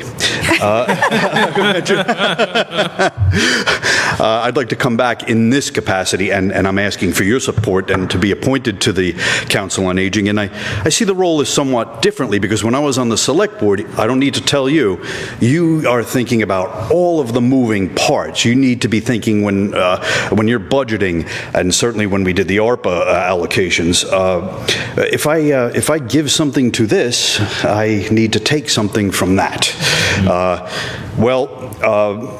If I'm there in that capacity and I kind of see myself as sort of liaising from the other direction, I can be more focused on that and be more of an advocate for that cause than I really could be on here, because I don't have to think about as many moving parts. That will be your problem, but I can come here in that capacity. So that is my motivation, and I ask for your support and appointment, but I also entertain any questions. Very impressive. Do you recall always saying that you embraced contested elections? Say again? Do you remember always saying you... Yes, I do. Yeah. Yes. My philosophy is that every seat at every level should be contested every time. And that voice was in my head as this last election played out. So, jury is out. All right. Well, thank you for that.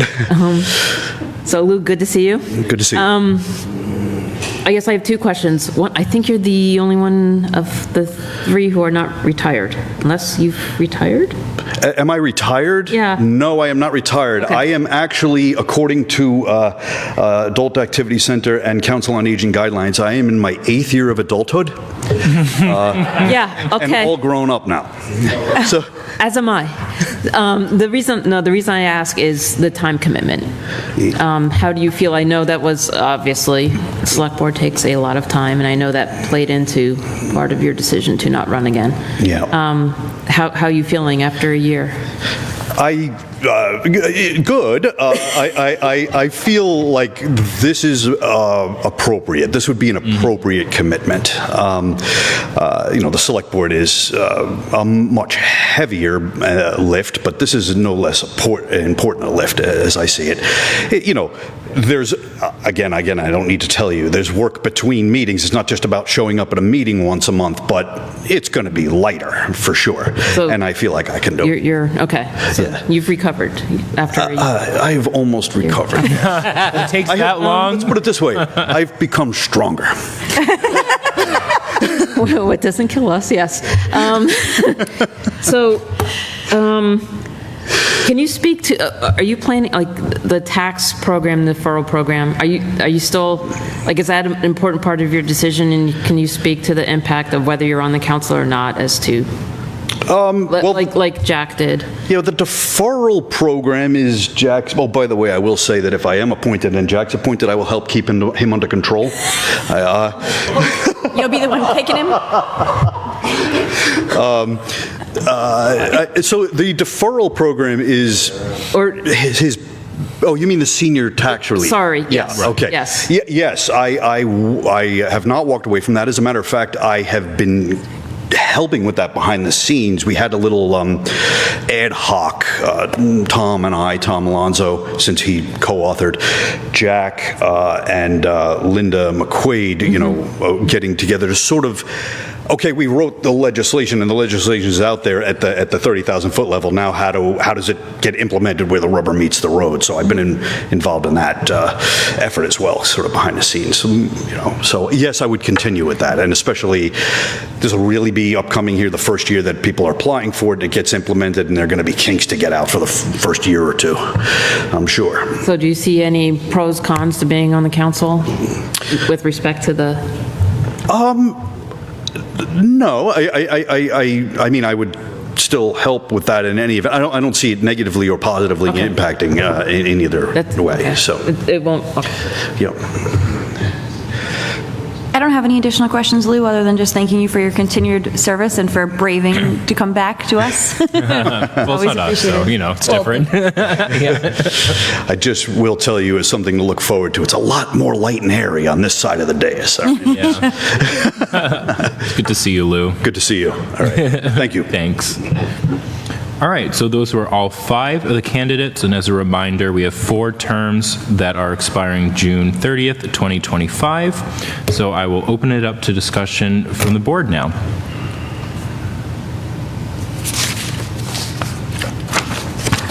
I think my suggestion would be to, as we did with conservation, address the returning members maybe, and then discuss. Okay. But that's just my opinion. So I am fully in support of reappointing Susan and Jane tonight. Like I said, I've actually worked with both of them on things, and their commitment is outstanding, and they're always participating in Council on Aging meetings, and I think they are key members of the council. So I will move to appoint Jane Rabbit and Susan O'Sullivan to the Council on Aging, term to expire June 30th, 2028. Second. Any additional discussion? Those in favor say aye. Aye. Aye. Those opposed, no. The motion passes unanimously. All right, so we have 2 more vacancies or terms that are expiring, and we have 3 candidates. A nice problem to have, but nonetheless a problem. Yeah. But, I mean, I think all 3 are great. It's,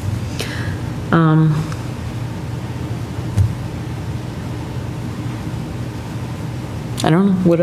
Yeah, I think it doesn't feel good to not appoint someone that wants to be appointed in any situation. I think my personal opinion here, it's always good to have new people coming on, but I do think, Mr. Franco and Mr. Rabbit have put in a lot of time for a specific need that we have in town right now. So for that reason, I would be supportive of appointing Mr. Franco and Mr. Rabbit. Yes, I would essentially echo those comments. I was really hoping and looking forward to, taking John Silmy up on his offer to volunteer. I think it would be a great opportunity to bring him into the fold.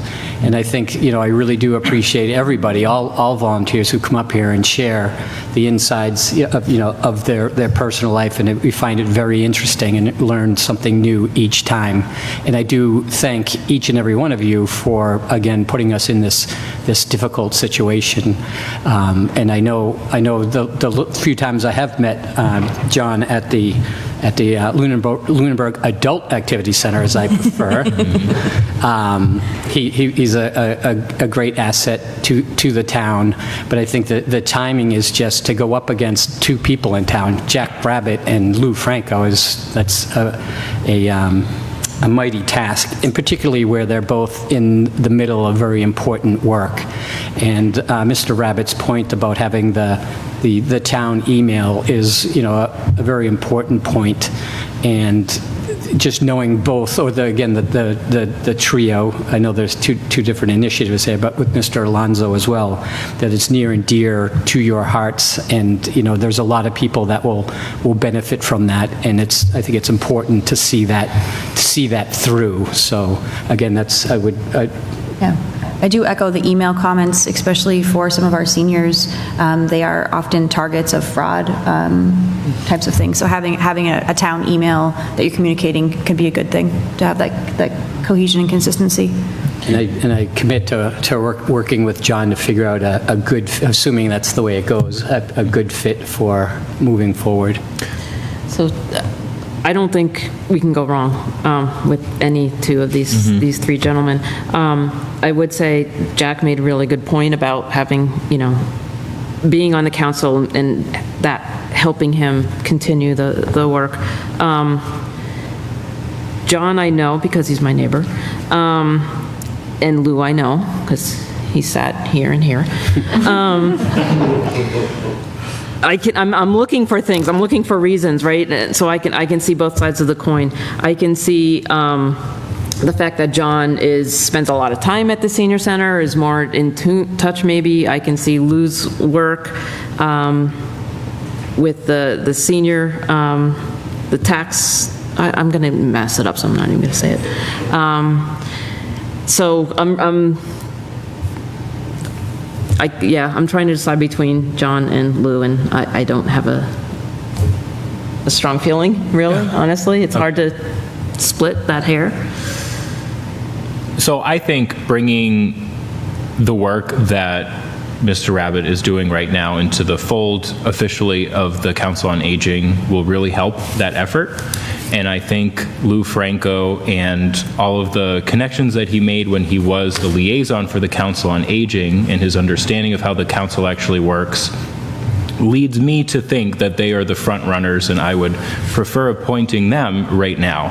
That being said, Mr. Silmy, I think you are an incredible candidate for being appointed to the Council on Aging, and should there be another vacancy, I absolutely will support it. I guess I would just like to say, I've been here tonight and experienced all the others. So if you'd like, you can come up to the podium. Voting the same way right now. We can't hear you, but I'll just say what he said, which is if he was up here, he would be voting that way as well. Yes. Okay. Well, thank you, Mr. Silmy, for your interest. And, I hope there's a vacancy at some point that we can appoint you to, because I'm sure you'll do great work there. So, all right, well, is there a motion? I can do it. Okay, go ahead. I move to appoint Lou Franco and John Rabbit to the Council on Aging, terms to expire June 30th, 2028. Yep. Second. Any additional discussion? Those in favor say aye. Aye. Those opposed, no. The motion passes unanimously.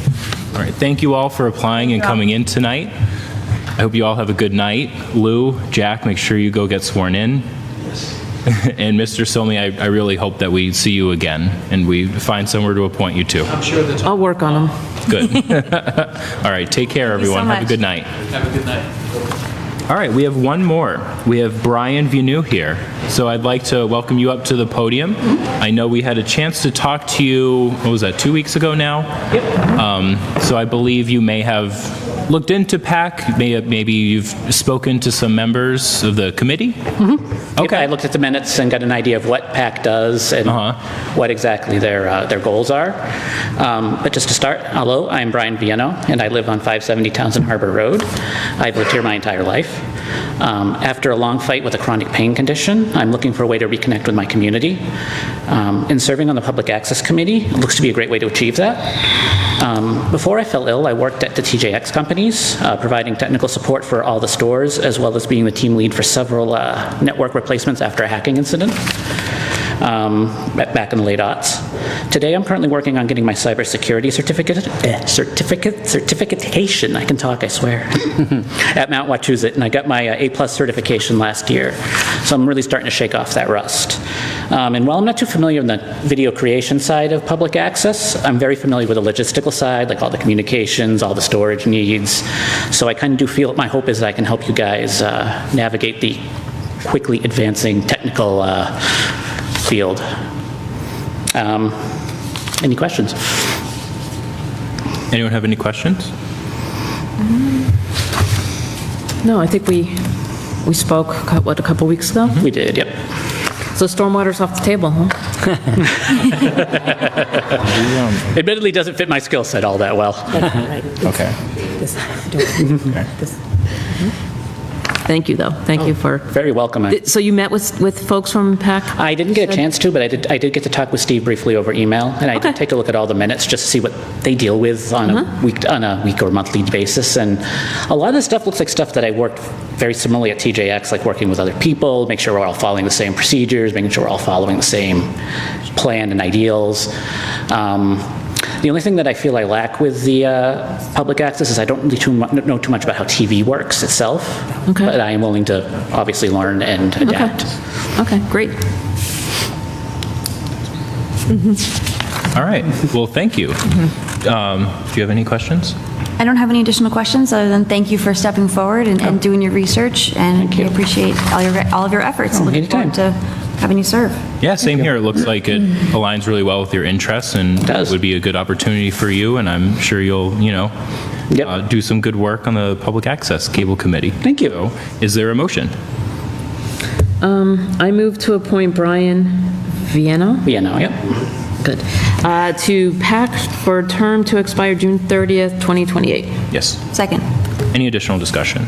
Those in favor say aye. Aye. Those opposed, no. The motion passes unanimously. All right, congratulations, Brian. So you'll have to get sworn in. Same spiel. Just come in during the day, go to the town clerk's office. When you walk into the building, it's the first office right on the left. Okay. Sounds good. Take care. Thank Have you a good very night. much. All right, and those are all of our appointments tonight.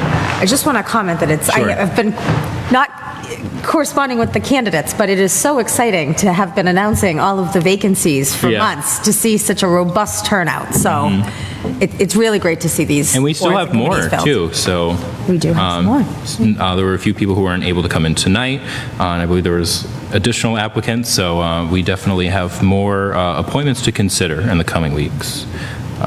All right, and that's it for tonight, though. Can we just make sure that Mr. Prue is not online? Yeah, I was looking. He's not. I can check again. Yeah, it's not.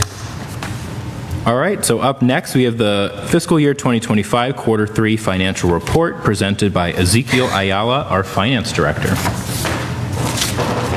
Do you want me to run the slideshow for you? Yes. Okay. Hi, everyone. Time for me to put everybody to sleep.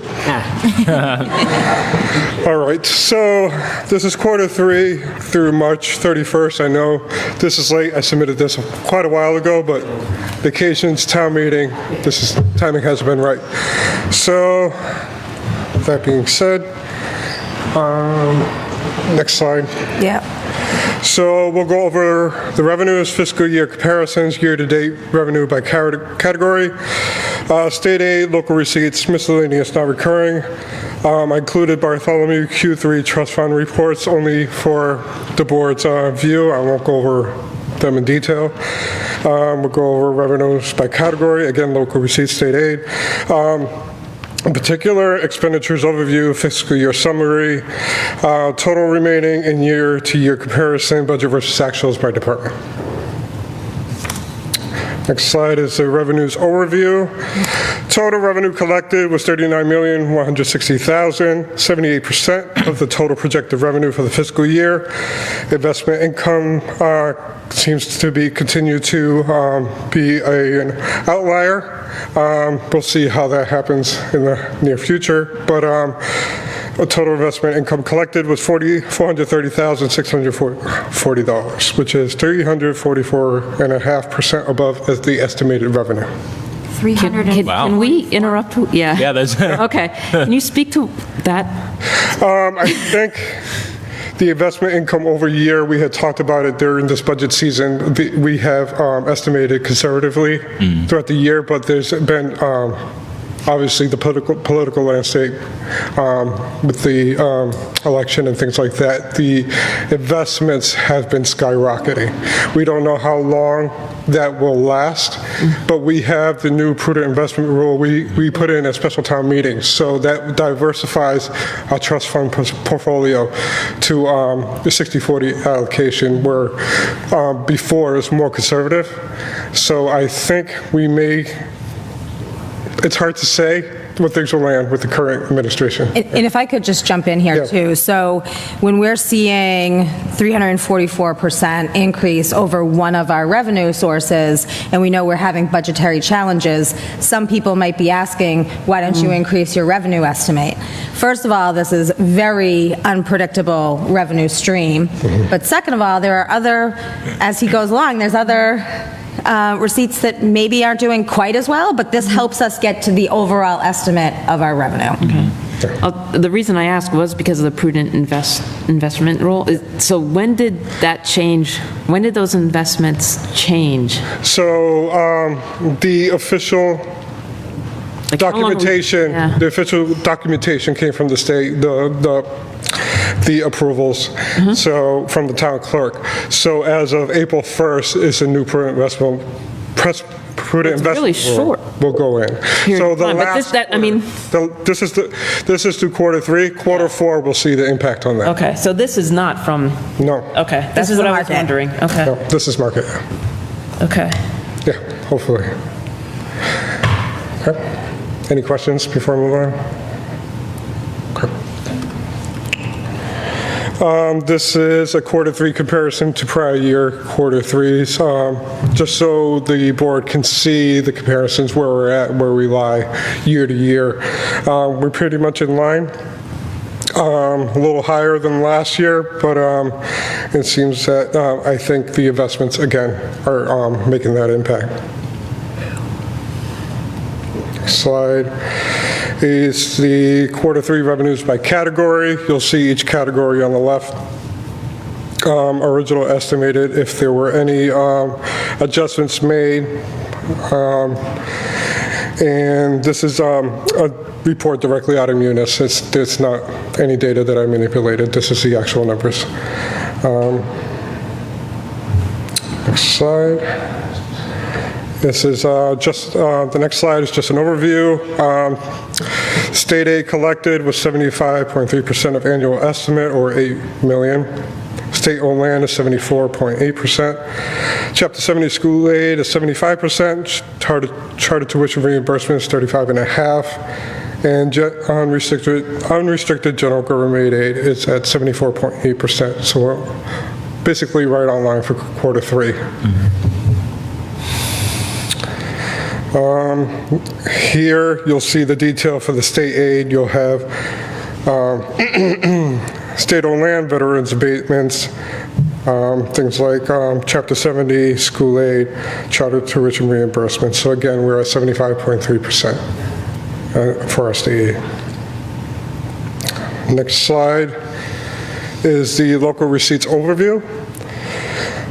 Total local receipts collected were 106.4% of annual estimate, or $3.5 million. Departmental revenue for the schools, 197%. Licenses and permits, 84%. Investment income, again, 344.5%. Motor vehicle excise, 97.5%. Special assessments, 190%. Penalties and interest, 50%. Miscellaneous non-recurring, 92.5%. The school is 197% over Q3 last year? Oh, no, this isn't over Q3. This is as of the estimated revenue for the current fiscal year only. This isn't the comparison. This is just the overview, just this fiscal year. So, can you comment on why we're like twofold overestimate? I don't have the detail behind me, but I can certainly provide that for you.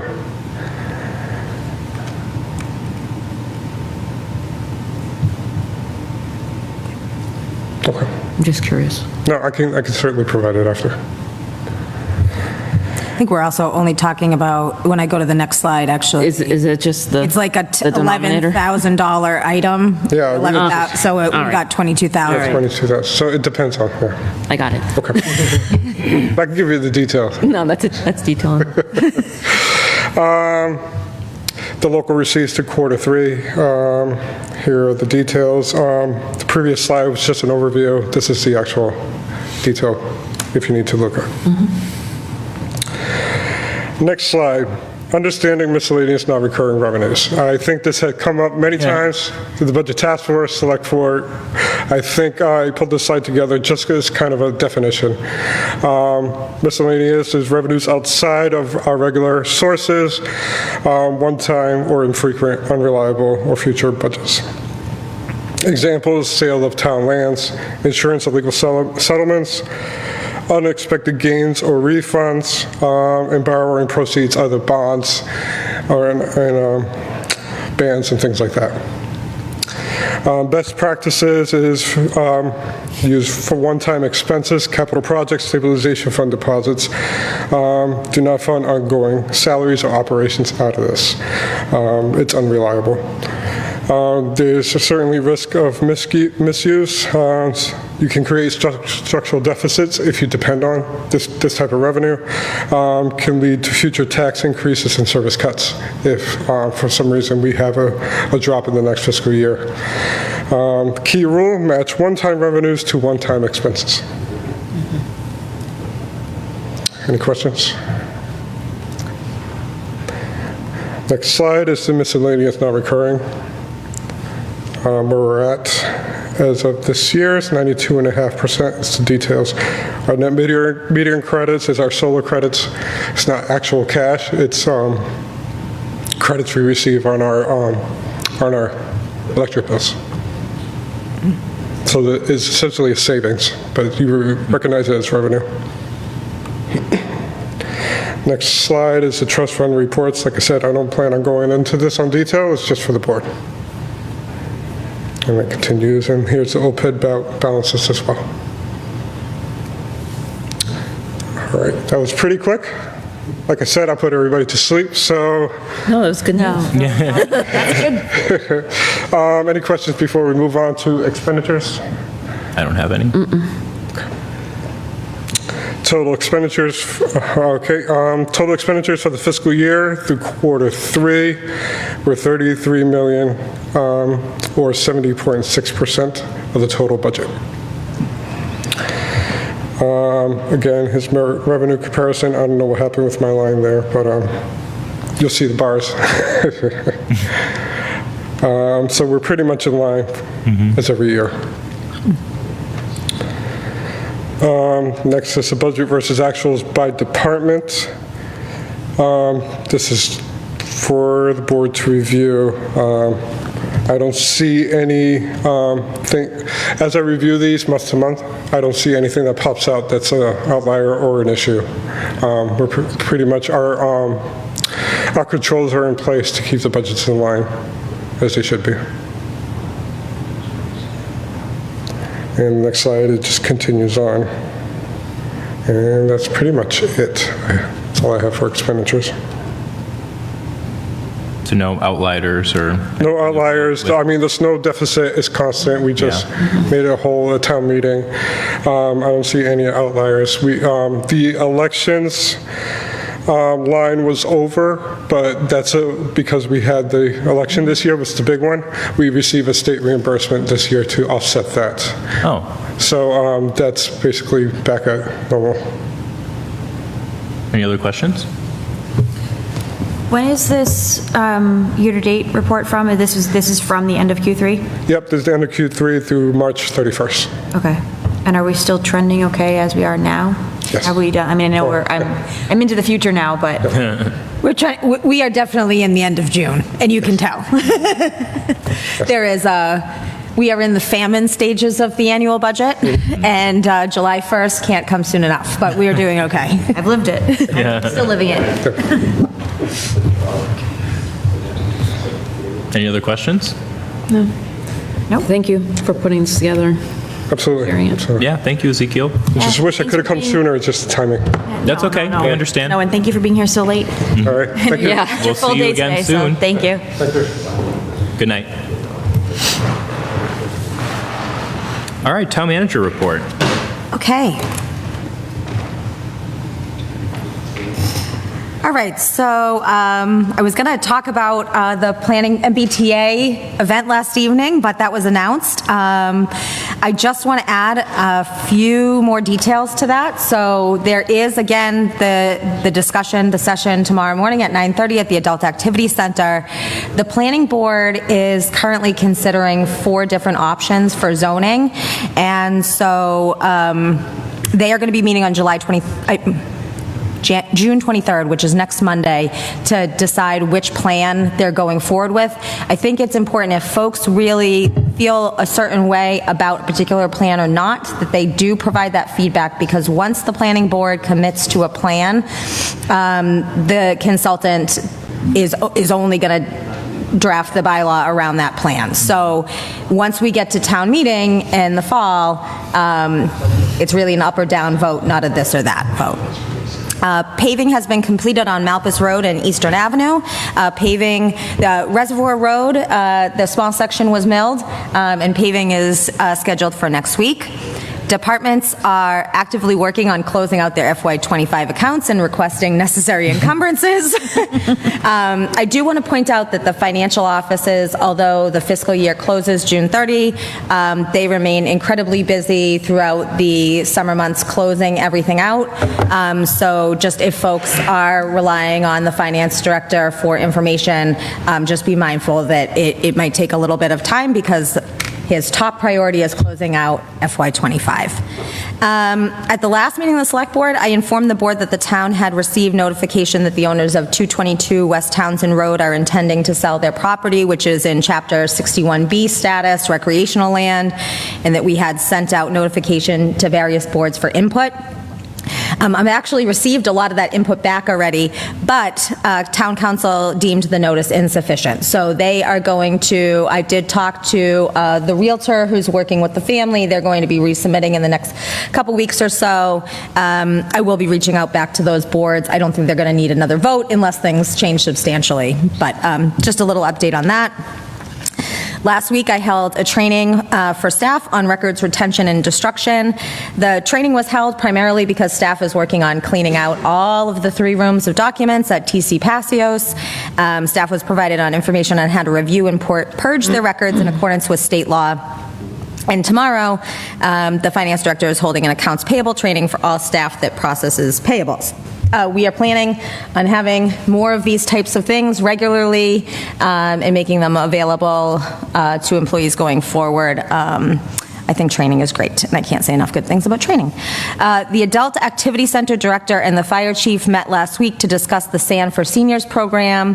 Folks may recall this came up in the winter when the grant funds ran out and we weren't able to continue providing buckets. So they are going to be kind of re-promoting the program, putting a flyer together that discusses the intent of the program, advertise it in the fall. And just as a reminder, the SAND for Seniors program is a program for Lunenburg residents aged 60 or older who are frail, or disabled residents who may be under 60 that find it difficult to transport buckets of sand. It is under the SAFE grant program, so the fire department also uses it as an opportunity to just check out the basic safety of folks' homes when they deliver them. But this is not a program for able-bodied folks who want delivery, nor is it a program under which we clear your snow. So just to be clear on that, it's a program which we provide buckets of sand to the house. But even though it's warm and we're just starting summer, we're already starting to think about winter and the sand.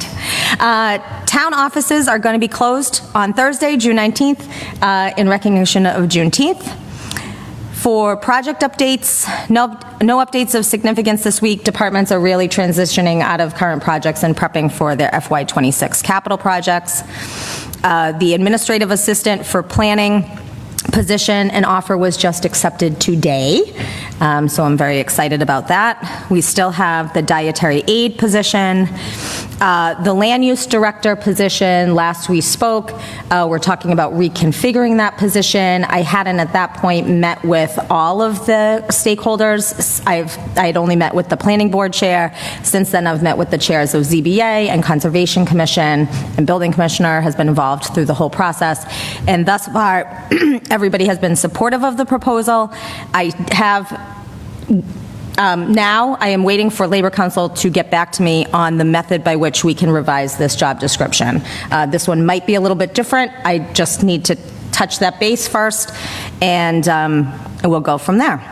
And hopefully we can get that position posted quickly. As a reminder, we do have a temporary person who is working fully remote as our interim planner.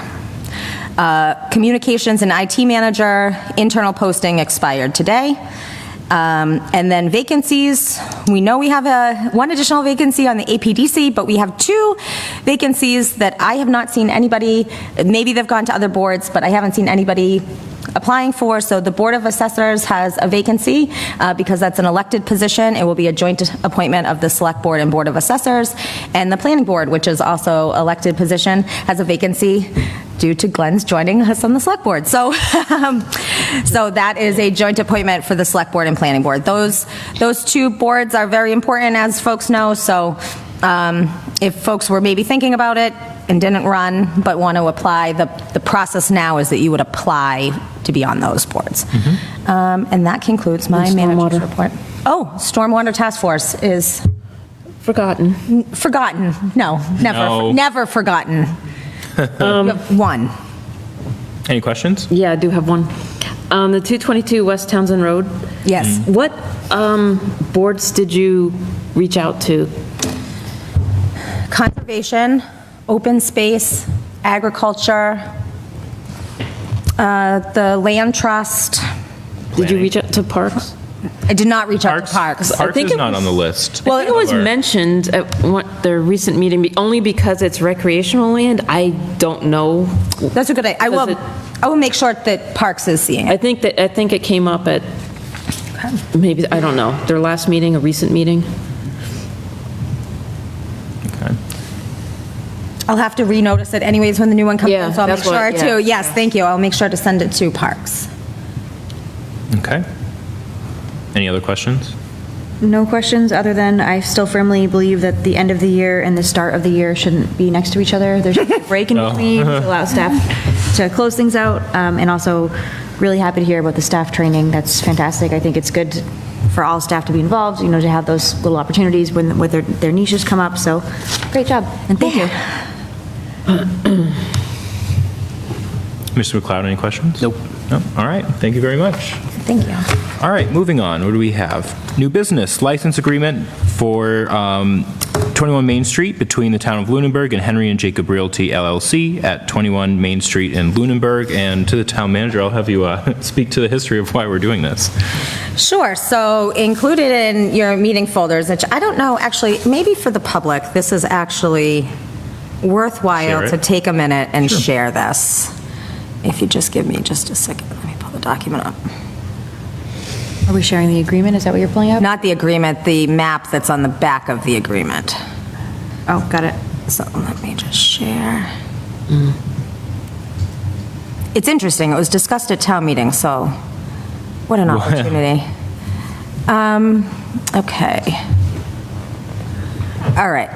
So folks can see on the screen now the big rectangle, which is the subject parcel, 21 Main Street, which is located directly next door to this building.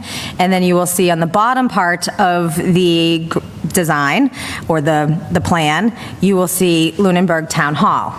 And what you see crossing over the line of Town Hall into the parcel at 21 Main Street is our deck, our accessible ramp on the side of the building. So there is an encroachment.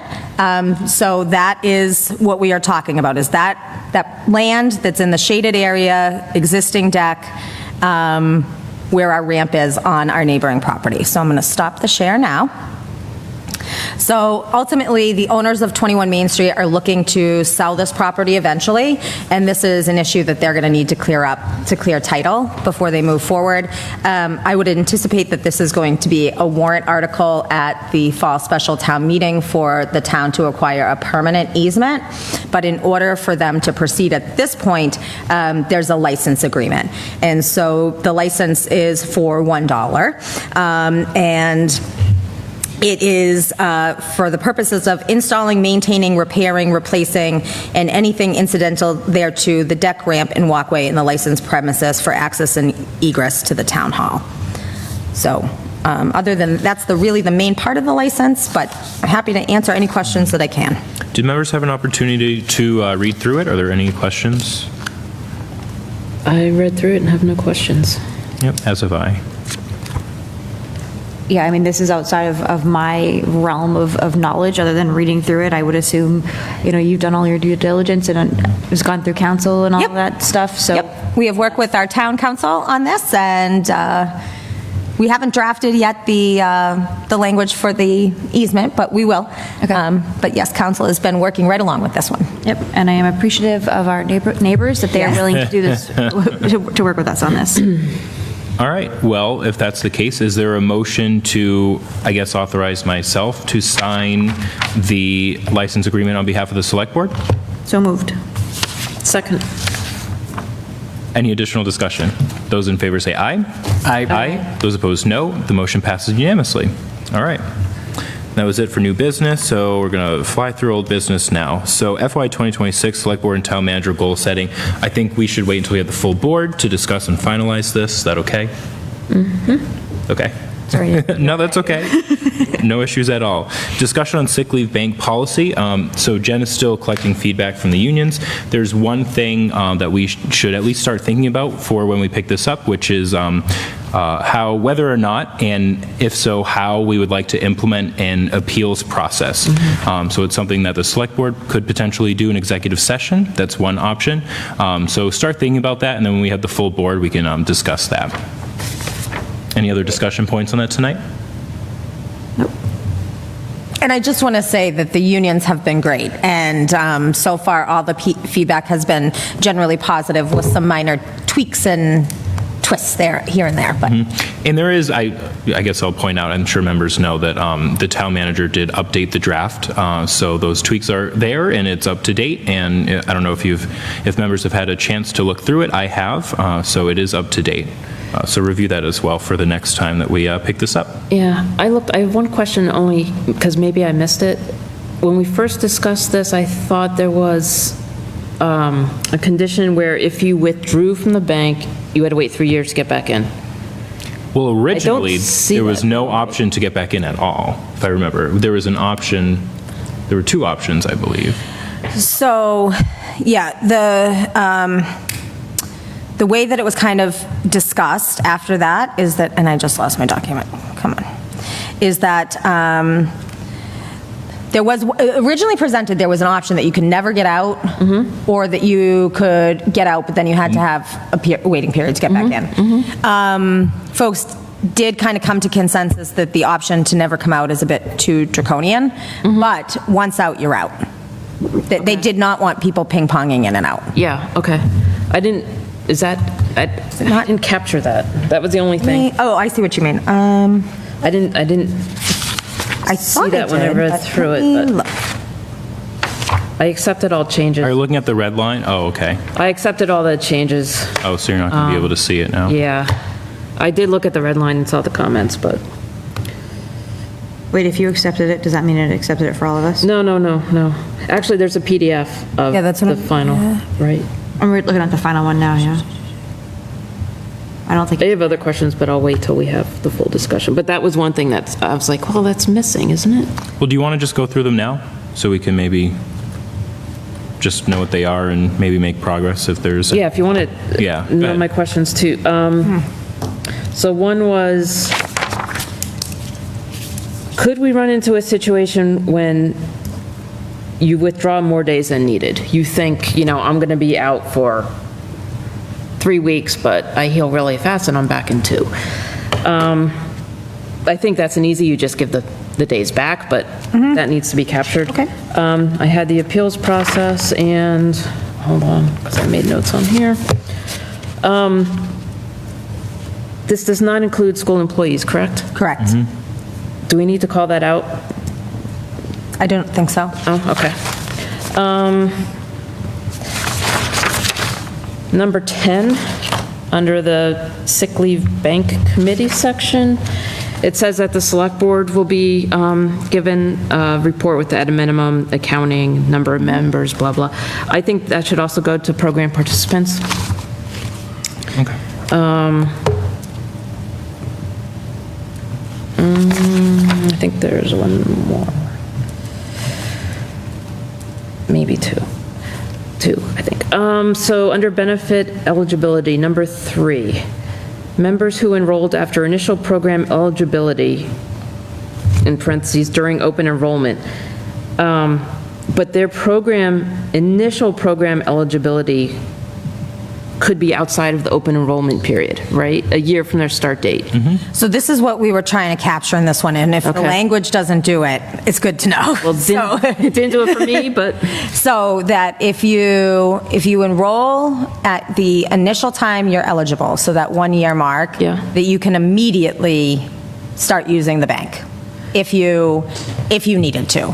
But that if they wanted to have some language in there to protect against people enrolling in the bank just to use it, so that if you don't sign up initially and you decide later, several years into employment, you would sign up during the open enrollment period and you would have to wait a full year before utilizing the benefit. So maybe I need to adjust that language if I didn't come across. Okay. The first chance that you're eligible to enroll, if you don't take that, whether it's outside of the open enrollment, it's, after 12 months in position, or it's during open enrollment. Yep. That you have to wait a year. It wasn't clear to me. You can. It's just the language. She's not clear. I know what you're trying to say, but it didn't, to me, it didn't read that way. Oh, I see. Which one is the track changes one? Working document for modification. Thank you. And then, same section, number 8, it talks about, no less than 2 work weeks of time can be requested with a maximum of 30 at any one time. Can it be intermittent, or does it need to be consecutive days? So the thought was that it was consecutive, and the reason why there was a minimum put on is because the administrative effort to convene a sick leave bank meeting should be for more than 1 or 2 days that you need. Right. So I'm imagining a scenario of you take X number of days off. I need X number of sick days, but I don't need them. I'm going to have a treatment, and I know I'm going to be out for a couple of days, and then a month later I have another treatment. I've seen people go through, chemotherapy where they are able. You don't want to you're going to have 6 months of treatment. You don't, if you're able, I know people who came back at, light duty or something.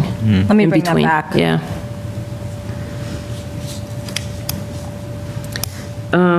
Okay, sorry, but the last one, and I think this could be a me problem.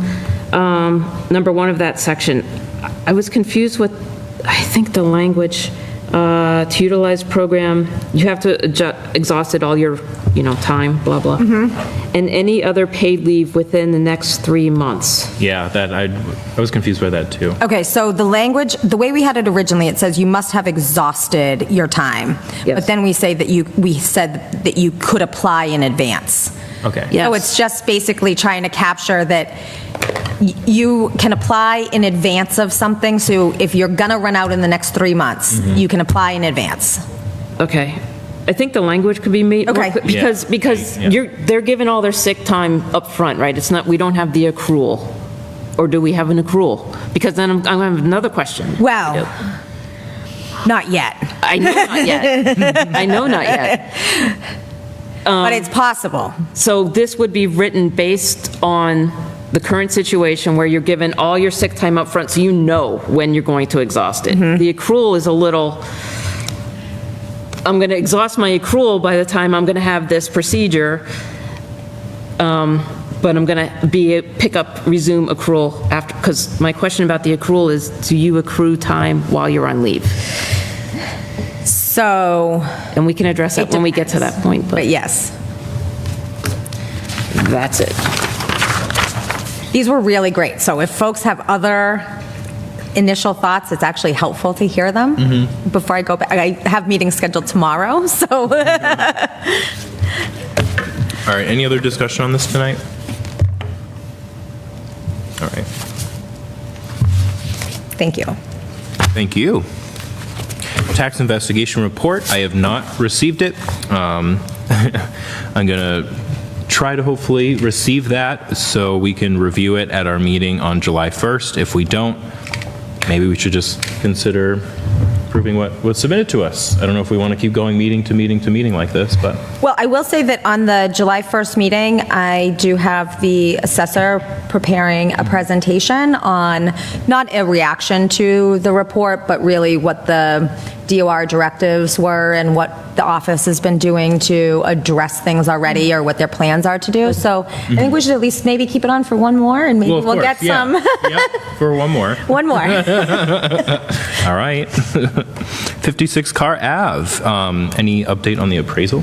No, but if anybody knows an appraiser, they're proving to actually be quite difficult. Okay, so. well, actually, Okay. I'll send you something. Okay. All right, minutes. Here we go. Have we started reviewing these minutes? Before we go there, I did send an email with my notes. I don't know, town manager got to it or not. So I got some revisions from one member that I made those revisions because they were all technical. Okay. I got revisions from another member that are all technical, so I would be making those revisions. So I think that we could say, so let's see. Amanda Moore had revisions in her email of 4:39 p.m. today, which are all technical in nature. So we could reference in a motion to approve subject to these corrections in her email from this afternoon. Are we ready to approve all of these? Do we still need more time to review some of them? No, I'm good. I'm done. I reviewed them, yeah. Yeah. December 3rd and December 10th, we don't have yet. And so you have everything on this list except December 3rd and December 10th. And then there's up to the board, there is an April 9th set of minutes. And that was in the drive? That were in the drive that folks have reviewed that were not listed specifically on the agenda, but they are ready if so the board wanted to nothing's approve them. No new minutes since was it last night? No new minutes since last night. No. So that was April 9th, 2024. Correct. All right, so I'll just make the motion here.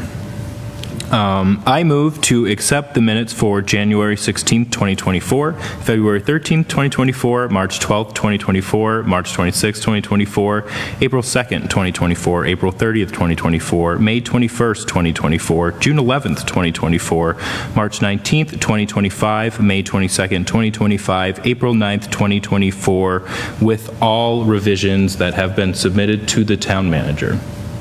Second. Any additional discussion? I'll just abstain from. No, you can vote for it if you've reviewed them. Oh, no, I haven't reviewed them. It's up to you. I'll abstain. Okay. They're really excited. Those in favor say aye. Aye. Those opposed, no. Abstentions? Aye. Motion passes 3-0-1. So how far behind are we now? Well, we just took out a pretty big dent in it. Yeah. So. Well. Do you know? I do, if you give me 1 second. So I have, while you look that up, my little team drafting minutes. Thank you so much for Yeah, the progress that you've made so far. This is fantastic news. To all the minute writers, I met one at the farmer's market. Which I can imagine it's especially hard doing minutes if you're not familiar with all the players. Oh, and they're coming from all over the Commonwealth to draft these. Incredible. So let me just see. I have a spreadsheet, so.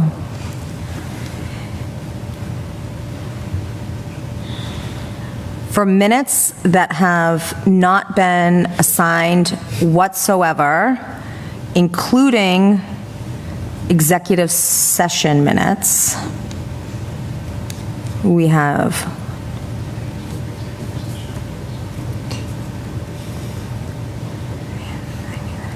19, which is a substantial reduction, and many of those are executive session minutes. Okay. Wow.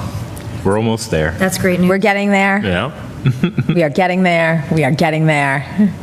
We're going to get there. We're going to get there. I have funds through June 30th, and I'm hoping that we can continue to utilize them. Well, I have hope. Yeah. Thank you. All right, warrants. Do we have any warrants tonight? No. No? Okay. Action items. We talked about, and I think because we don't have a full board tonight, but doing a site walk of 56 Carr? Yeah, that's why I didn't ask. We're trying to still schedule that? Yes. Okay. And I know as he's busy, but if we can get a readout on the ARPA. Yeah, so I asked him to do that for the July 1st meeting. Great, okay, perfect, thank you. Any other action items? Okay. Committee reports? I have one. You have one? Or? I have none. None. I have one. FinCom met the 12th, last Thursday. So, town manager presented the tri-board proposed calendar, which we'll be discussing next month, I guess? Or are we talking about it tonight? I don't know. But I was going to add it to the agenda, so we have a meeting before it, so I was going to add it on there. Overall, the consensus was that it was a good idea to do. They also talked about reviewing the financial policy. They will begin doing that. Ms. Lockwood presented on the school staff and student enrollment data that she was given by the school department and looked at trends over the past, I think, 7, maybe 10, I think it was 7 years. And their next meeting is July 10th. That's it. Yes, so I have not attended an agricultural committee meeting yet. However, I have been speaking with or emailing the chair. They did have their first farmers market this past Friday, the 13th. It was well organized and had a great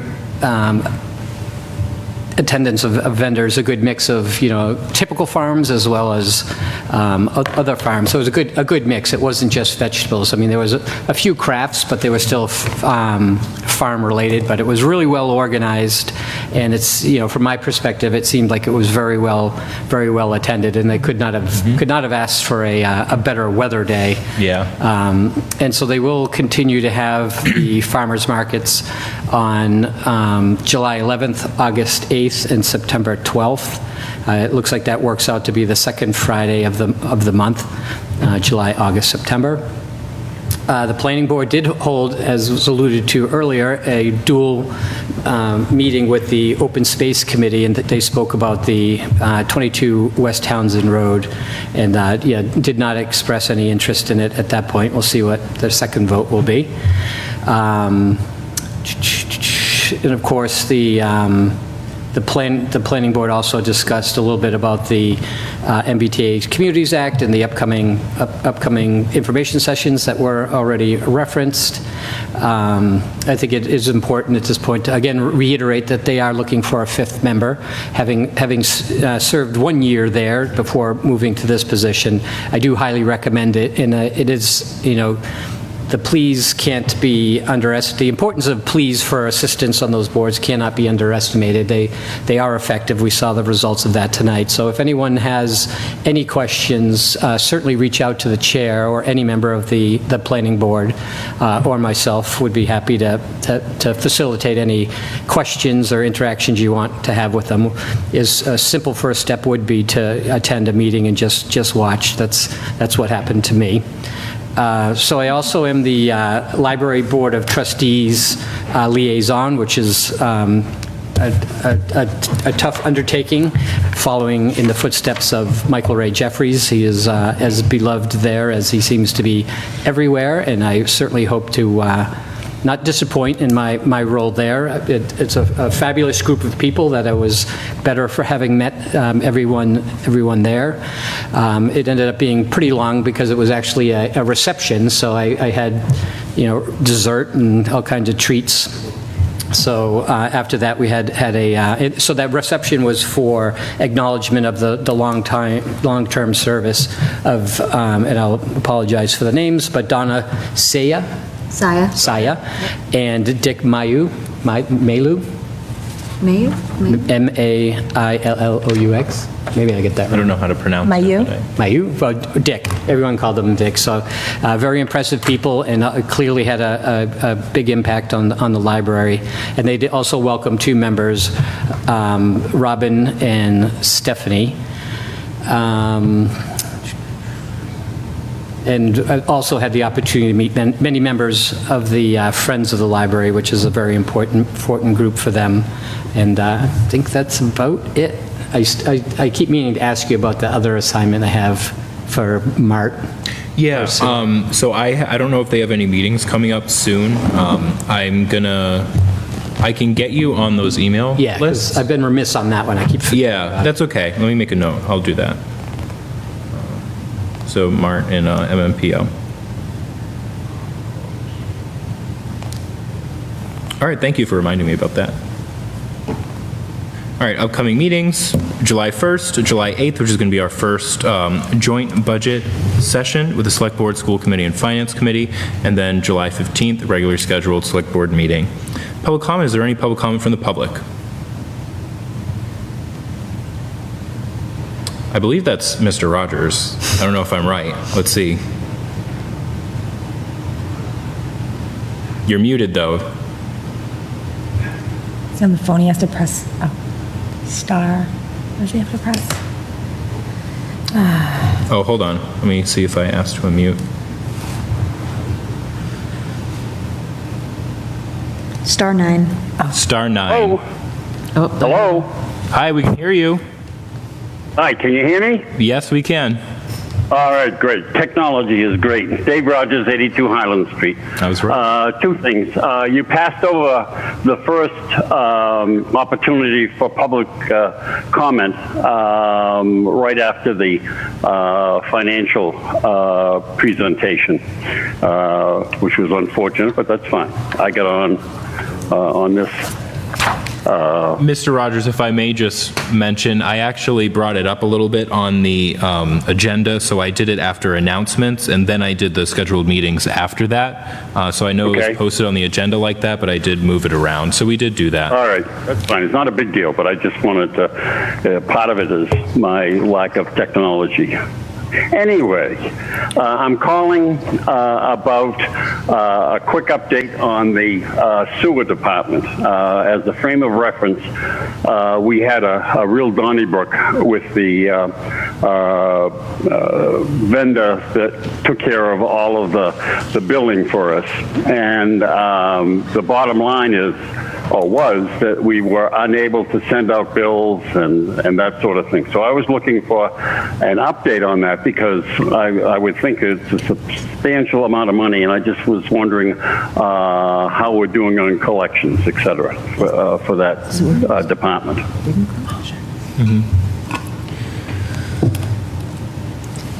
Can I just, through you, Mr. Chair, just, Mr. Rogers, is your question about what our collection rate is on this recent round of sewer bills? Well, kind of. Not this current one, but we were really behind because we couldn't send the bills out. And my specific question is, how is that? Has that been rectified? Are we able to send the bills out? And more importantly, are we receiving money for the sewer bills so that we don't run into cash flow problems and financial problems with the sewer department? I can't answer off the cuff that question. I can't, but I can provide you a response to that at a future meeting. What I can say is that since we did the upgrade with our billing vendor, which is Munis, we have not had a round of sewer billing since we've done the upgrade to the cloud system. So the Q3 bills happened before the upgrade? Yeah. All right. So what does that mean in layman's terms? Layman's terms, the software that we use for the billing, we changed we updated the software. So it's the same vendor, but we got a better version of it. And since that conversion happened and we're running on the better version of the software, we have not had a round of sewer bills to go out. So I can't say if we anticipate that all the problems have been rectified, but until we test it with the new system, we won't know yet. How is that for layman's terms? That's good, but I'm troubled because this has gone on for a long time, and I have no idea how much money is in limbo. But my gut tells me it's substantial because we haven't been able to send out bills to the folks that are using the sewer. So sometime, maybe by the next meeting or something, if you could give us an update. And also, just as a frame of reference, we should know what's the status of that, because at the end of the day, the town will be liable. So that's all I have. Mr. Rogers, I do believe the bills have been going out. There just was a problem where there was a much more manual process we had to do in order to reconcile some of them. And I do believe that process has gotten better, but the bills have been going out.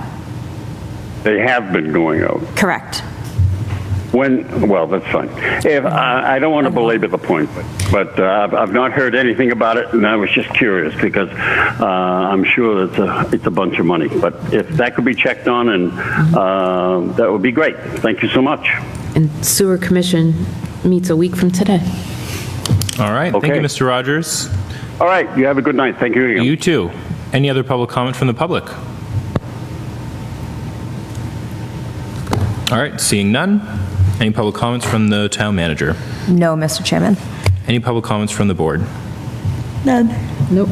I just want to acknowledge how hard the town manager is working. I think a lot of people in the public know that our executive session departed recently, and Executive session? I'm sorry, I'm thinking ahead because we have an executive session tonight.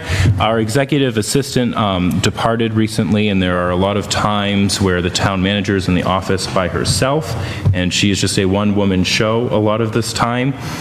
We went through all of these minutes. She has done a lot of them herself. I'm not going to take credit for those. She's out in the community. I think it was last weekend or the weekend before that. On Saturday, she attended the high school graduation. She was at the progress flag raising. On Sunday, she was at the police and fire memorial. So she spent an entire weekend with us in the community as well. And her hard work and dedication to this community truly needs to be noted. So thank you so much, Jen, for how dedicated you are. You're here. Thank you. This has been a little difficult, and I appreciate the public's patience because sometimes my turnaround on emails or correspondence isn't what I expect it to be, but I'm doing my best. Thank you, and we appreciate the hard work, Jen. All right, with that, I move to enter into executive session and not re-enter open session after exiting executive session pursuant to MGL Chapter 30, Section 21A3, to discuss strategy with respect to collective bargaining if an open meeting may have a detrimental effect on the bargaining position of the public body and the chair so declares. And this is for the New England Police Benevolent Association, Local 353. Second. Any additional discussion? This will be a roll call vote. Mr. McLeod? Aye. Ms. Emke? Aye. Ms. Moore? Aye. And an aye for myself. Have a good night, everyone. We are officially in executive session.